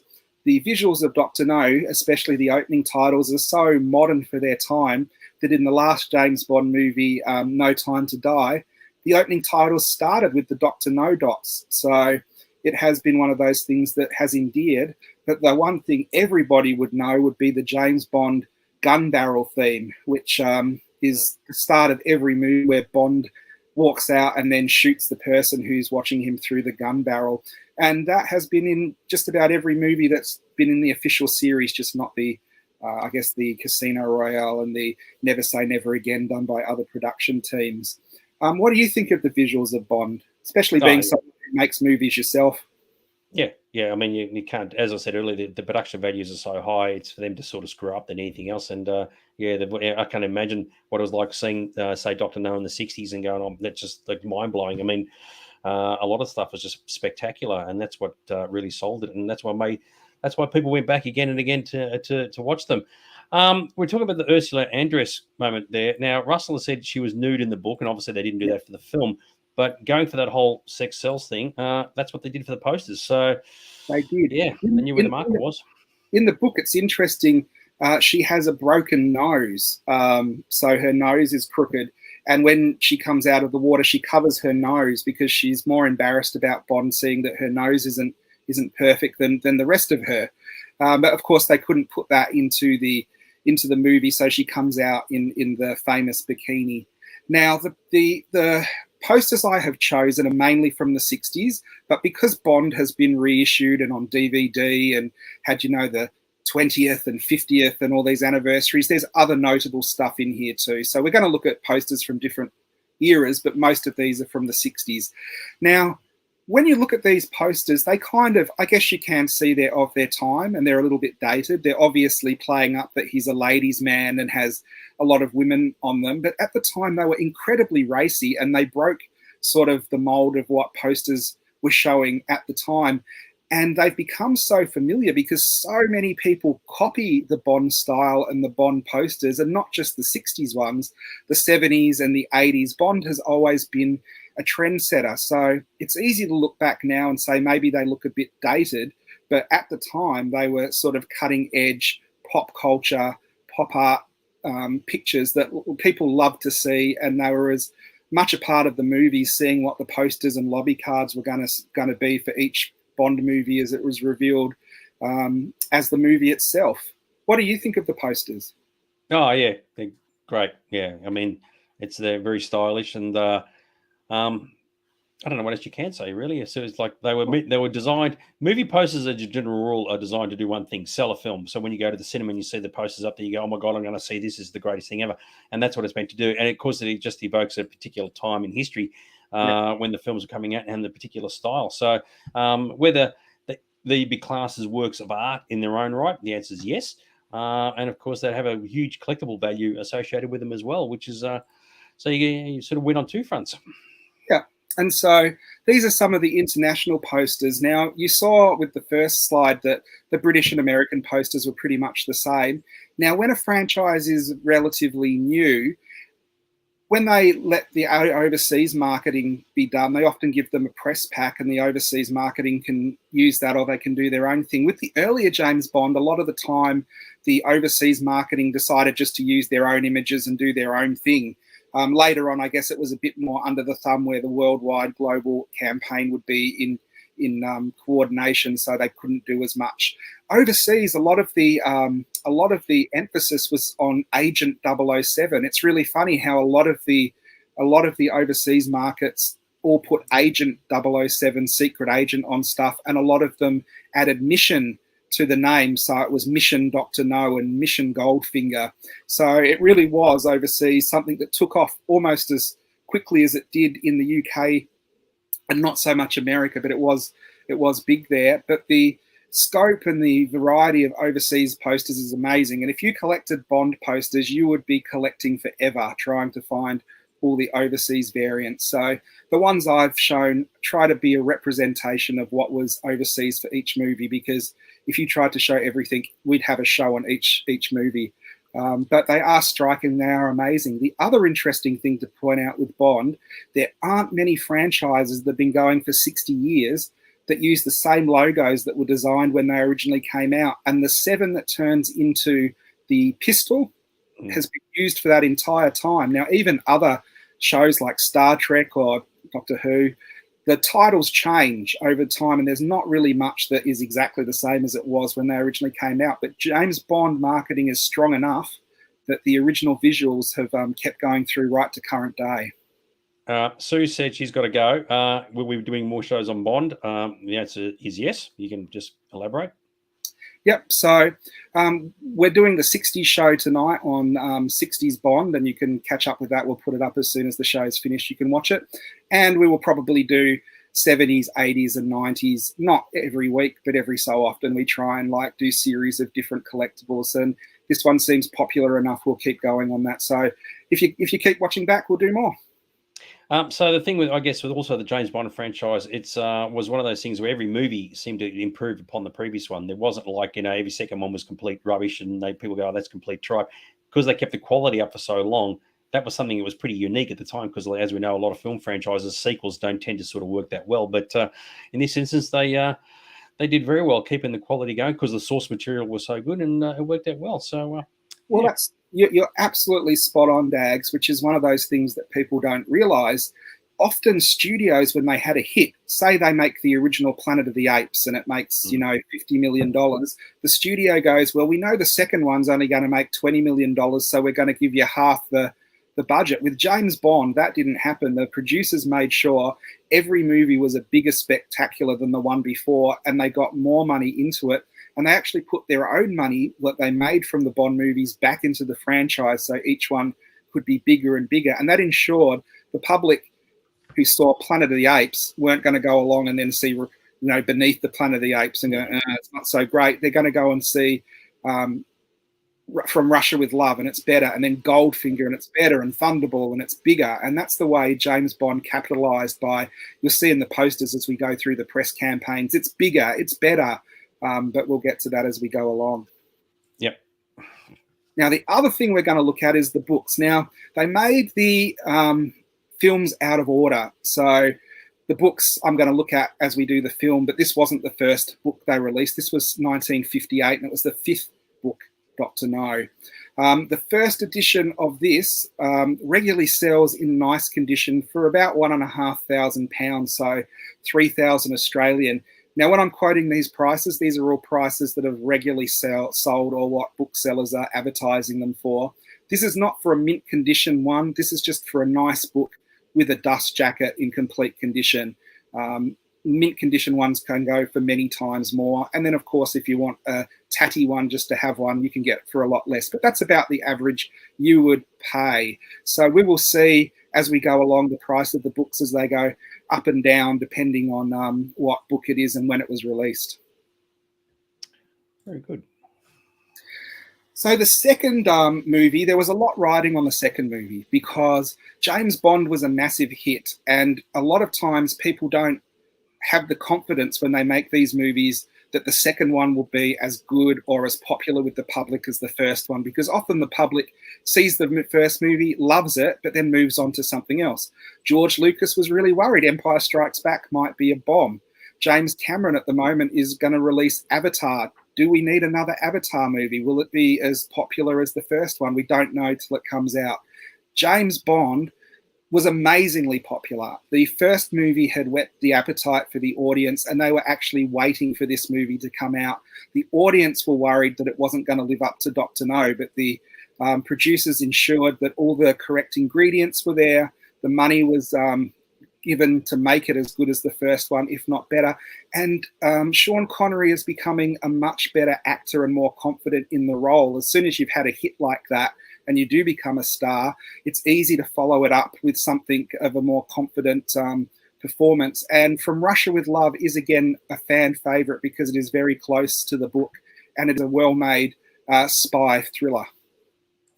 What also works too, of course, is the fact that a lot of people didn't like Russia and the Soviet Union back in the 60s. So they were the perfect bad guys who could do no right. So anything from the Ruskies, and I don't mean Rusky babies who's watching the show, but the Ruskies are up to something, they're automatically meant to be the nasty pasties. Mr. Vile, yeah, they're not exactly strictly sequels, but they are part of a franchise. But either way, they kept the quality going regarding the franchise. Thomas made a mention about the special effects being a bit overindulging in that part of things, but that was just the nature of how these things work. And not all of them are perfect, but for the most part, especially in the 60s, they're all definitely eye-popping adventures at the time. Yeah. I thought I'd just chuck that in.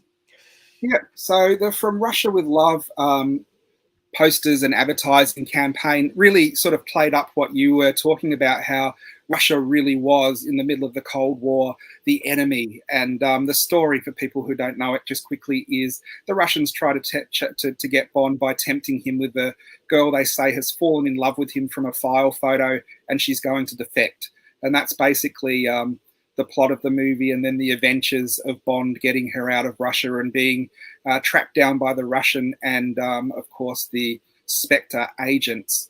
The advertising from Russia with Love really did look at the love element, where a lot of the time Bond, again, is pictured with the different women from the movie, and you can see, they highlight what the audience is going to love. So the helicopters and the car chases and the explosions, and particularly in the lobby cards, you can see that they highlight a lot of this stuff. James Bond movies do a popular thing in action movies where they're almost paced, so there is an action set piece every 10 or every 15 minutes, so the movie doesn't slow down.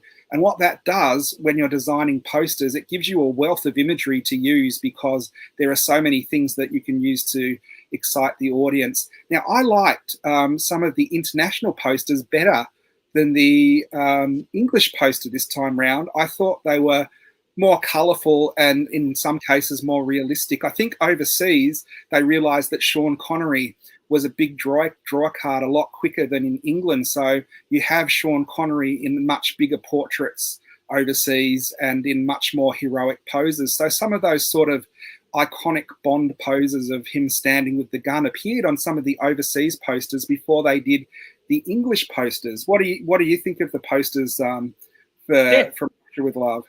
Yeah, no, they're all good. I mean, I tend to be a traditionalist, so if I was a poster collector, I'd probably stick with more of the American and or English ones, but the European ones and the Asian ones, all groovy. I've got nothing more to add, really. So, yeah. So the From Russia with Love book is actually a hard book to find. I've had a lot of these over the time, but this is one I've never had and never found locally in Australia. This is harder to get than Dr. No.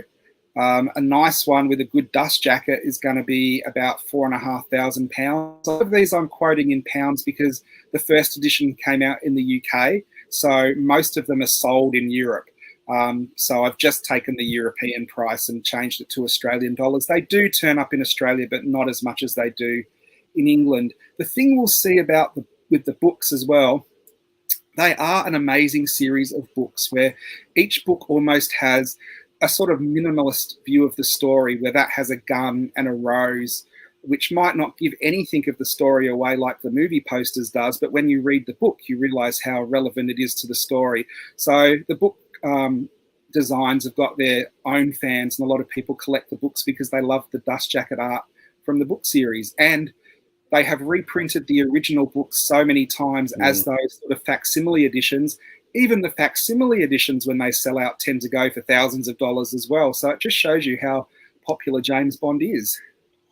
Gavin's asked if there's been an unfinished book by Ian Fleming. I think the answer is no. No, I don't think there has. I think all of them were finished. His last book was a series of short stories that they put together and released. So his last book, which was Octopussy and had View to a Kill, Living Daylights and Property of a Lady, and I think are short stories that they've kind of made adaptations. And Ian Fleming did a lot of other books too. Sorry, did you want to add something? No. Oh, you finish what you're going to say. He did Chitty Chitty Bang Bang and a lot of other spy novels that didn't involve James Bond. So he was a popular and successful author beyond James Bond as well. Was he still writing the books when the movies were being made? Because unlike a lot of franchises where the books were written like 50, 60 years prior, they're actually being produced while the films are being produced? It's interesting, yes. And he went to the set and he was incredibly upset that they had chosen Sean Connery, because he had seen James Bond more as David Niven or a Cary Grant, an older, more suave character. And he thought Sean Connery was a thug and James Bond was a bully. And he did not think that's how James Bond behaved. And now when we watch James Bond, he does get rough, but you see him as sort of suave and sophisticated. So it shows you how times change. Yeah, exactly right. Goldfinger probably is my favourite of the Sean Connery movies. It still is realistic enough that it makes a good spy movie, but it has some more of the quirks that sort of became a bit more known with James Bond, Odd Job with his decapitating hat, and Auric Goldfinger, who loved gold. Goldfinger was such a smash success that the model who played the golden girl who died in the first 10 minutes of the movie lived off this for her life. She was modeling and doing the golden girl thing right into conventions even more recently. I'm not sure if she is still alive, but she still went to conventions and was signing off of that, just that striking image of her dead painted in gold. And it is one of those things, I think, where by the third movie, everything came together. You had an amazing theme tune. The title image had solidified, so it was the house style. And then you had probably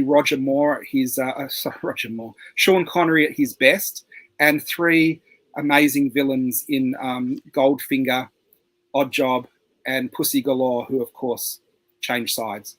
And of course, it was one of the first song by Shirley Bassey as well. So she ended up doing a few James Bond songs, and that was her introduction, if I'm not mistaken. So yeah. He did three, and they were all amazing. I don't know if I like this one or Diamonds Are Forever better, but they're all amazing Bond themes. Yep.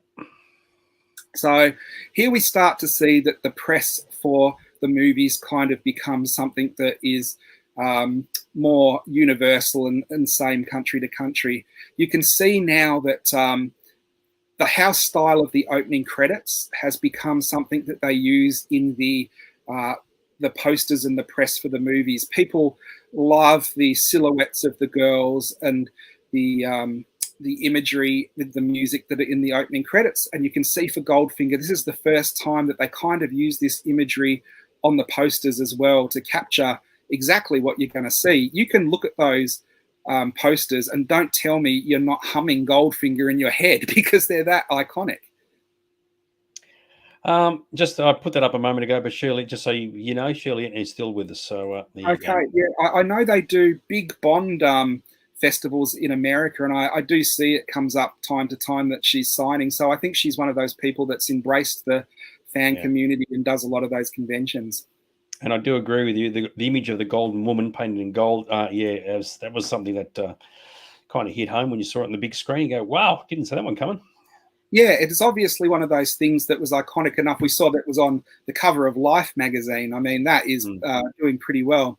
Here's some of the international posters for Goldfinger, and you can see some of them are direct adaptations of the English version, and again, some of them have gone for their own house style. And I think what is interesting, they've obviously been given, a press kit with images. So a lot of the posters have that golden girl that is on the same on all the posters, but some of the international posters go for the older style of Dr. No and From Russia with Love with the main picture, and then they put the updated sort of stuff given from the studio with the Dr. No underneath it. So it's really interesting as the passage of history changes, how you can see the posters are slowly changing and being modernized as time goes by. Sorry, I just pressed the wrong button. There we go. No. Now, Dr. No was the seventh book in the series, and it was from 1959, so a few years before the movie was made. Interestingly, when you took the dust jacket off, the coins in the skull's eye are actually gilt into the pages of the book. This was increase of the print run. Some of the earlier ones only had 4,000, 5,000. This had 24,000 copies, obviously quite a popular book when it came out.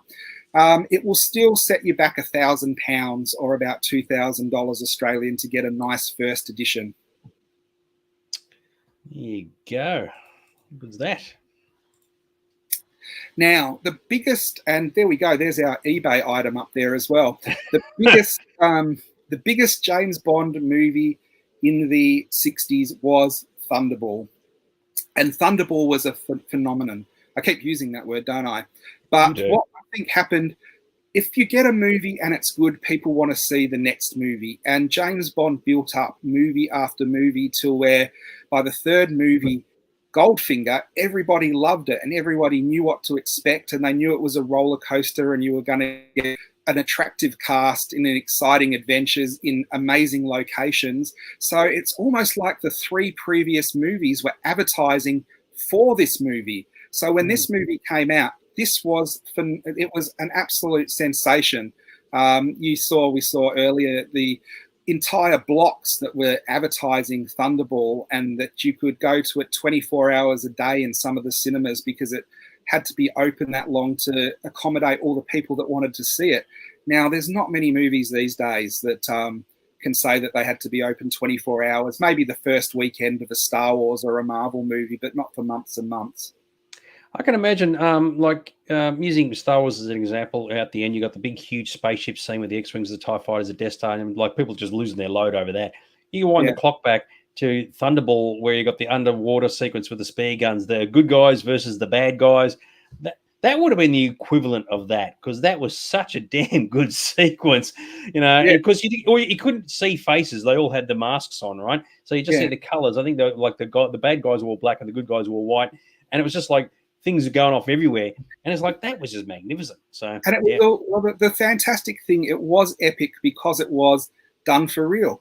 They had real sharks that they put in people's swimming pools, and, they swum with them and all of that. And the scuba scene was all done for real. And they wished they had more money, because when it was finished, they still didn't think it was as big as they wanted it to be. And I still think that must be the biggest sort of underwater scene in any movie ever. I don't think anything since has topped it. Now, with CGI, of course, you can do a lot more, a lot easier. But can you imagine the health and safety on running a movie like that with everyone underwater and checking and regulating and all of that type of thing? It must have been like, a military campaign to get some of these mounted. So you've gone from Dr. No, that was a relatively small production that did amazing things, to now you're doing huge productions with a lot of money behind them, and you've got to raise the bar with each movie. But Thunderball definitely did it.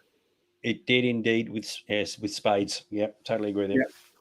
And here is some of the posters for Thunderball, and you can see by now that they know James Bond is popular, and they advertise the movie on, you're going to see James Bond in another new adventure. I like, from now on, they start doing the look up, look down, look out. This is the biggest Bond of them all. They have to top each Bond movie with another one that's going to top it. So, it must be a worry for the producers when they go, well, how are we going to top that? And then the next movie, they find a book and they go, well, this might be able to top it, and they do it. I think that might be why the movie production started to move farther and farther away from the books, just because they needed to have more cinematic events for the audience to be hooked on and wowed by. Now, I love the print campaign for Thunderball, because it really does show you James Bond can do everything. He's got a backpack that he's flying around in, his underwater scuba gear, and then he's surrounded by the ladies as well. So you've got like the hero and the lead of this movie that really represents everything, everyone would want to be and can be like. By now, James Bond was a cultural icon. I thought it was interesting, like, and you look at this picture here, how the gun barrel, which is probably because of the spear gun, is so much longer than we've seen in the previous iterations. And of course, that can be interpreted in many different ways. But if you look at it saying, oh, it's bigger than the previous movies, and that is literally in the case of the weapon. So there you go. Yeah. Well, everything gets bigger and bigger. And then you've got the international campaign for this one was absolutely huge as well. And what you can see as we go in through the movies, you get more and more foreign posters, because it was open to more and more foreign markets. Now, you've got to remember, this was still in the middle of the Cold War. So you would have some European countries and some Middle Eastern countries that would not want to show this movie, because it goes against the ideals of what they believe in, having the English spy that undermines, dictatorships and communism and fascist states and things like that. But you can see some of these countries that were in these positions started to embrace James Bond and love it, and he became a phenomenon in those countries as well. So you start to see from now on the amazing Japanese movie posters. We've seen a couple of them, but I point them out because I really think that the Japanese script looks pretty good movie posters. Somehow it just sort of looks right on posters. And the one I really like is the one in the middle there, which takes all of the posters and kind of merges them into one and then puts the silhouette of James Bond around it, which I think is an amazing design, which encapsulates everything in the movie in one go. And again, we can see the 007 gun logo is prominent in a lot of those too. And I couldn't even put all the different lobby cards from different countries on them because it became so popular that everywhere was doing their own marketing for it. So Thunderball was a global success. It was interesting to note that a lot of the posters, the 007 is more prominent than the name of the movie. Yes. I think it's one of those things on international posters, they recognize the 007 no matter what language it's in. So they've got it big because they know it's James Bond 007. Yep. Thunderball is another hard book to get. It was released in 1961. It was the 9th one in the series. It had a huge print run of 50,000. It was the first battle with Ernst Stavro Blofeld. Spectre had been in them, but we hadn't really met him before. In fine condition, so a nicer condition, you're looking at £2,000 or about $4,000. So if you've been adding them up in your head as you go along, you're already up to quite a few $1,000s if you're going to try and collect the James Bond books in nice condition. I love the cover artwork with the skeleton hand and the knife and the cards. That's very groovy. Like I said, and a lot of the books, they have sort of the embossed cover where there'll be something from the cover that's on the actual boards of the book, and that one it's got like the outline of the skeleton hand. So a lot of people like to try and collect the editions with this artwork because, every couple of years they change the artwork, and it's usually the first edition artwork is the best. We'll talk about briefly about the songs earlier that introduced the movies, and this is one song that I thought was really great for this particular film. Loved it. For You Only Live Twice. Yeah, that was Nancy Sinatra. Yeah. And it is an amazing song to the point where I think Robbie Williams used samples for it in his song Millennium. And that was the best thing about his song was the old Nancy Sinatra one. This is what I was going to talk about. I saw this in the cinema last year when they did the James Bond festival leading up to the new James Bond. And I wanted to see a Sean Connery, and I wanted to see Goldfinger at the cinema, but I couldn't make it. And this was the only one. And I was a bit disappointed because for me, it isn't the strongest of the 60s movies. And I tell you what, seeing it on the big screen was absolutely mind-blowing.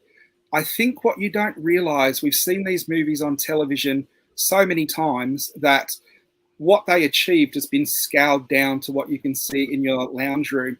When you're watching this on the big screen, and spoilers, when they open the volcano and there's a base inside and you realize they have made that volcano and you see the scale of it on the big screen, it really is mind-blowing. It really is one of those things where they say, oh, style over substance. But when you go and see a movie like that is so good and looks so amazing and you appreciate how much work went into it, you can't help but be impressed. And it really did change my view of that movie to now it's one of my favorite Bond movies just because the cinema experience. Now, the other thing that I was going to talk about, which Sue mentioned earlier, there was a lot of nervous laughing through this movie because there was a lot of stuff that would not fly today.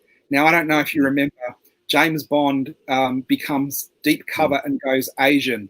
And, they put like eye things on him so he has the Asian eye appearance, and then they put a wig so, he has the Asian thing. And they kind of do all this to him, and Tiger Dan, the guy in charge of the spy ring, goes, now you look, the best undercover Asian ever. And everyone in the audience sort of had a awkward laugh because it really was a bit off today.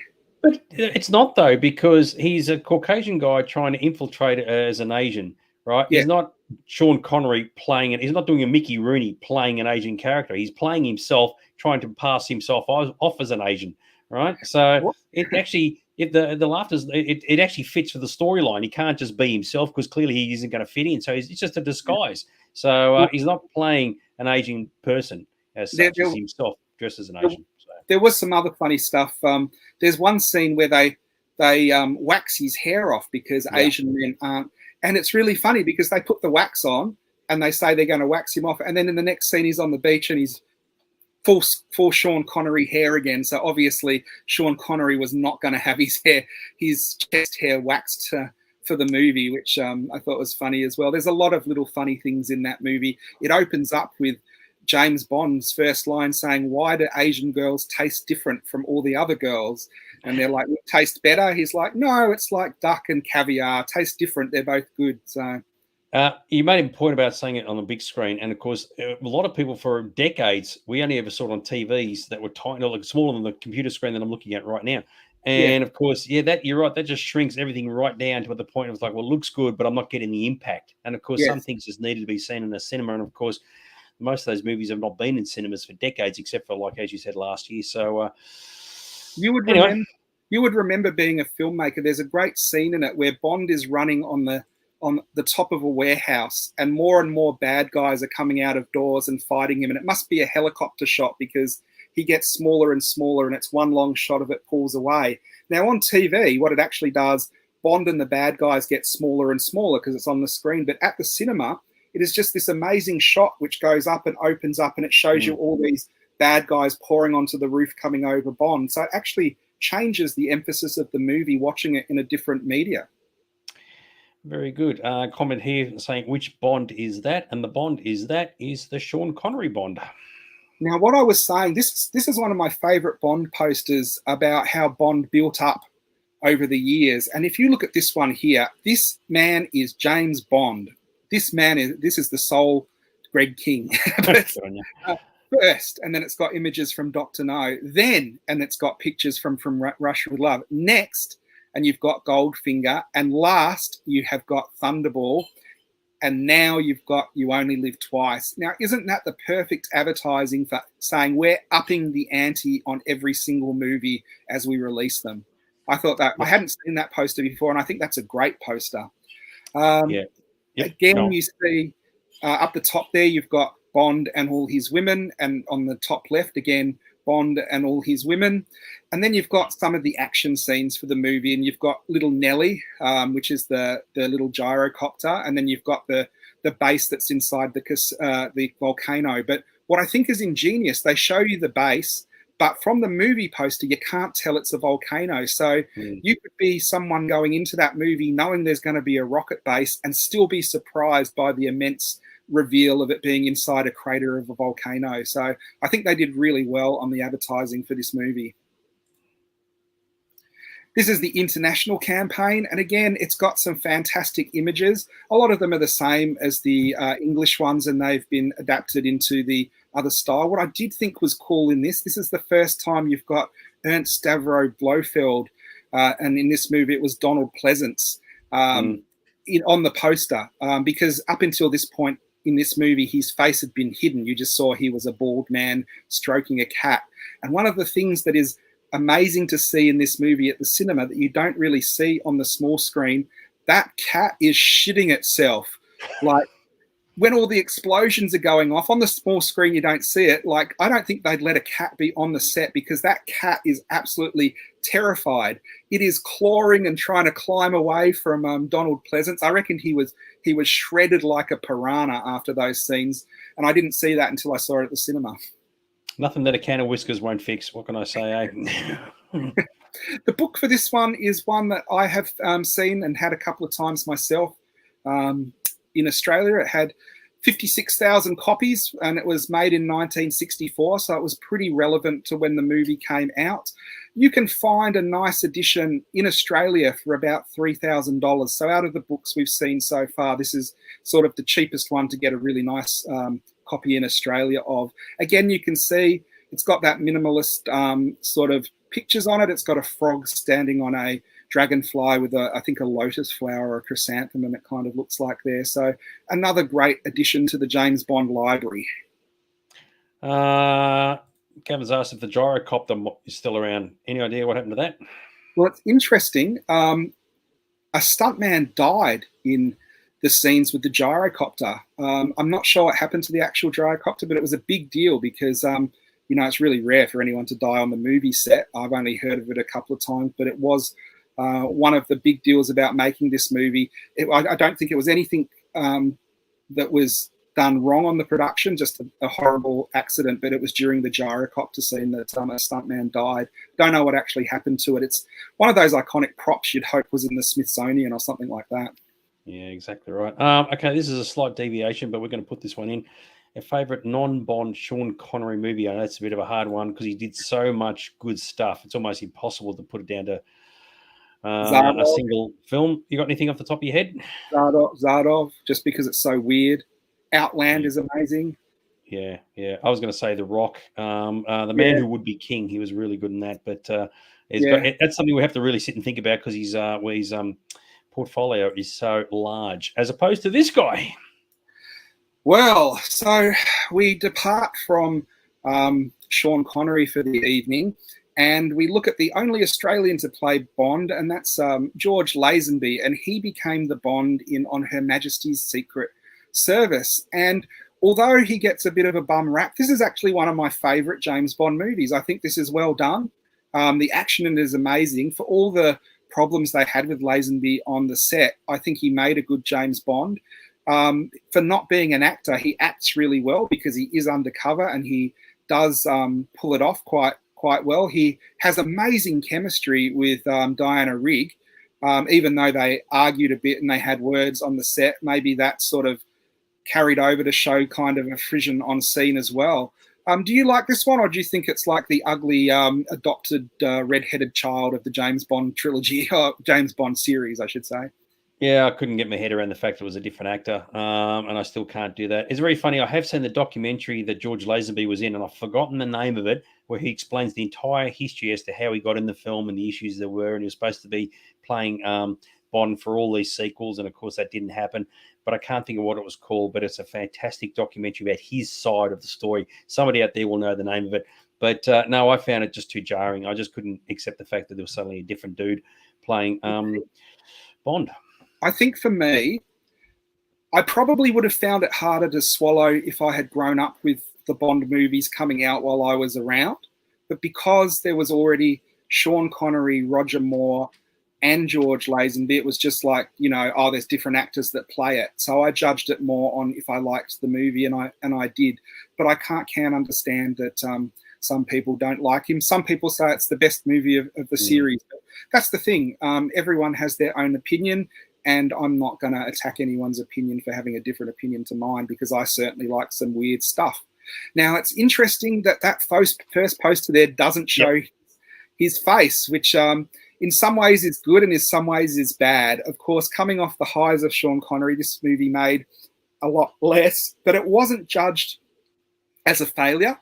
They expected it wouldn't do as well because it was an experiment changing the leading man, and they were happy enough with his performance that they wanted him to come back and they wanted to sign him for 5 more movies. But unfortunately, his agent said, no, if you do one at a time, you'll be able to negotiate more money each movie. So it'll be better for you if you just sign for one at a time.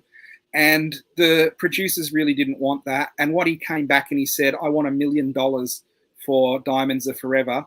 And they had fired Sean Connery because he had asked for $1 million for On His Majesty's Secret Service. And they decided if they were going to pay anyone $1 million, they'd rather pay Sean Connery $1 million to come back. So unfortunately, he had his chance at being Bond for the next decade and kind of blew it. The posters, I think, are amazing. You can see, though, that there isn't as many diverse images for this movie. It's like they made the poster and that was it. It didn't get as heavily advertised as the other movies. There's a series of lobby cards and there's some pretty standard skiing photos with the new Bond after that preview poster that didn't show his face. Now I have something interesting to show if you can give me the main screen. Now I have the Australian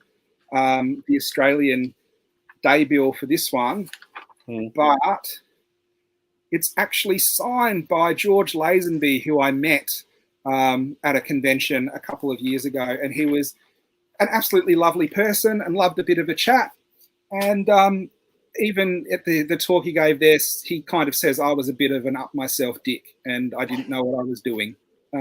He's a pretty down-to-earth person who success went to his head for a couple of years, and then the lows that came after that success brought him right back down to earth. Very good. So the international campaign for this is, I think, more interesting than the English one. You actually have that poster, but they show George Lazenby rather than just like a silhouette of the head. And then in Asia again and Japan, you get that sort of bigger, more portrait version showing that he is the star of the movie and the man of action. You do get around the world again a lot of the posters with Bond surrounded with women. And I guess you've got the one there that looks like the previous Thunderball one where he's got the skis instead of the big gun. He's in the same sort of position as Sean Connery was. So On Her Majesty's Secret Service was a successful movie. It might be viewed as a bit of an experiment, I guess, but it was a one-off with George Lazenby, and he didn't come back. Yeah, very sad. Now, the book is a bit more common than some of the other ones. It's the 11th book, so it's one of the later books that they made. Had a print run of the first edition of 45,000 units, and you can even find a first edition in nice condition for under $1,000 Australian. So if you were looking for books to invest in and you had $1,000, that might not be a bad one because it's still pretty affordable. He was JB in that, and he was happy to lampoon himself as being the one-off James Bond actor. Speaking of lampoons, it all started here, didn't it? Now, I guess we could have left this one out, but being completists, we're not. This is the original version of Casino Royale, not the Daniel Craig version. This is the David Niven version, proving that Ian Fleming was probably wrong. David Niven was not the best person to play James Bond.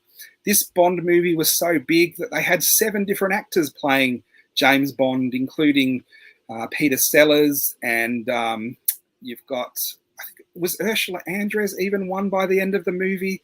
And you had Woody. A lot of people. Yeah, a lot of people. This is an interesting one because the imagery on this is purely based on the girl with her back with all the sort of Asian tattoos of Casino Royale. Pretty much everything that was used to advertise this movie used that image. So we've got the original book there, but that was the first James Bond book. Now you can see it is a very iconic image. A lot of this, I think, was pitched the wrong way. If you were a James Bond fan and you were used to Sean Connery and you came along and saw this movie and they're saying it's the biggest Bond movie ever, it's too much for one James Bond, you're going to expect something amazing and you're going to come out shaking your head going, what the hell did I just watch? I mean, it had Orson Welles as Le Chiffre. It had all the, probably the Soho nightclub crowd as the actors in it. They were the trendy ones at the time. It even had Ursula Andress came back. Of course, the producers of the real James Bond couldn't do anything about it, but they weren't happy that this other sort of production was trying to capitalize on the popularity of the movies that they had been making. It had a big press campaign. It did do well. In fact, it was #1 for a few weeks, so it must have made a bit of money, but it obviously was not in the same league as a regular James Bond movie. Yeah, I saw it once, and that was literally decades and decades and decades ago. Yeah. Yeah. I have seen it a couple of times, and every time I see it, I go, I'm never going to watch that again. And then when I watch it again, I go, now I remember why I was never meant to watch that again. Now, it's interesting. All the images, even overseas, use that same image. The only different image I could find for Casino Royale was the one on the left there. And that was when the home video, came out at the rental shops. And I've got to say, that looks like just a tired old movie. It does not look like a James Bond thriller movie. There are so many sort of generic movies that came out on DVD that, had that kind of cover. I had to put it up just to show it because I don't think that is going to get you to hire out the movie in the video library if you see that. James Bond being David Niven just looks too old, I think. And you've got just a generic cast around it, and it doesn't have the same flair. I actually think the original poster would have been better to try and get people to rent it than the new poster that they came up with in the late 70s, early 80s. What do you think of that? No, but as you said, if you're a completist, it's like a bit of watching the Star Wars holiday special. You've got to just suffer through it. So it is just the way it has to be. So there you go. It's not all bad. It does have The Look of Love, which is quite a good song by Burt Bacharach, but there's not much else you can say positive about it. Now, Casino Royale was the first James Bond book released. Being the first book, it had a low print run. There were only about 4,000 of them made. If you want an ex-library entry-level copy of this, with a dust jacket, but like in really average condition, the minimum you are going to be looking at is £10,000, which is $20,000. If you want one in better condition that has, you know, a nice non-ex-library, a nice book and a nice dust jacket, you're going to be looking between $60,000 and $75,000, so 150,000 Australian for that book in nice condition with a good dust jacket. Now, interestingly enough, because it was a low print run, there's a few of these that turn up signed by Ian Fleming, because I guess if it's your first book and you are excited about it, you're probably going to sign a few copies. If you are lucky enough to find a signed copy, you are looking at £100,000 plus for that book. So that is not a cheap book to procure. Speaking of books. And as we come to the end of looking at this, I did think, you know how you can buy things in bulk? You might be able to get it cheaper. Here are two examples of booksellers at the moment that have nice full sets of James Bond, not ex-library, with nice dust jackets in tidy condition. So just a standard set, you were looking at 25,000 US. So there is one set there in America, which is going for 125,000 US. Sorry, giving it away for a bargain for a second. But for the real connoisseur, there is a set in England that has two signed first editions that they have managed to put into their collection that are a genuine signed by Ian Fleming. That set is going to cost you $475,000, or not much change from $1 million Australian for a set of James Bond books. So I will stick with my set of Pan paperbacks and not go down that rabbit hole. Mate, Aaron's Collectibles would love it, but you got to lash out, son. I mean, this is, and the thing is, it's an investment. This stuff would just go up in value, so you can't go wrong, mate. Get out there and buy some shit, dude. Well, the thing is, hopefully someone watches this down the track and remembers they've got a box in the garage full of dusty old books, and one of those books is in there, and you work out that you've had a bit of a windfall, all thanks to us doing a show on James Bond posters. Yeah, and with that in mind, you've got to ask yourself, is it the end?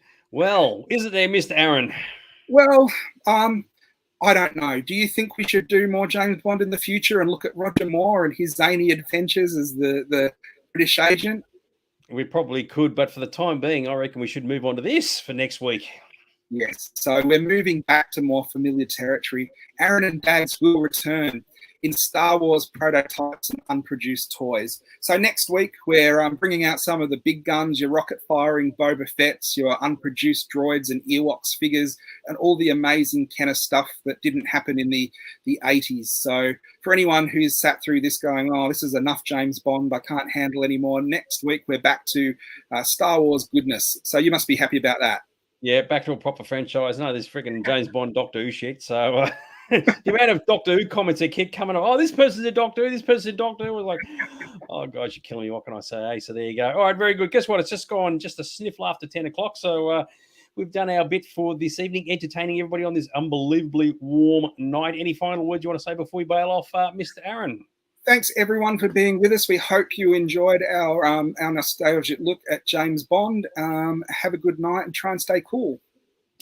And make sure you keep all your James Bond books, as expensive as they are, the first editions. Keep the pages still in the folder, in the binders. Don't rip them out and make paper airplanes out of them. That's the worst thing you can possibly do. So keep them mint in collectibles, mint in box. Or get your biro and write your name in the front of each one. Yeah, just say, I'm not Ian Fleming, but if I was, this is exactly how my handwriting would look. All right, we'll leave you to it, and we'll see you all next week, guys. Okay, take care. All the best. Have a good night, guys. See you. Bye.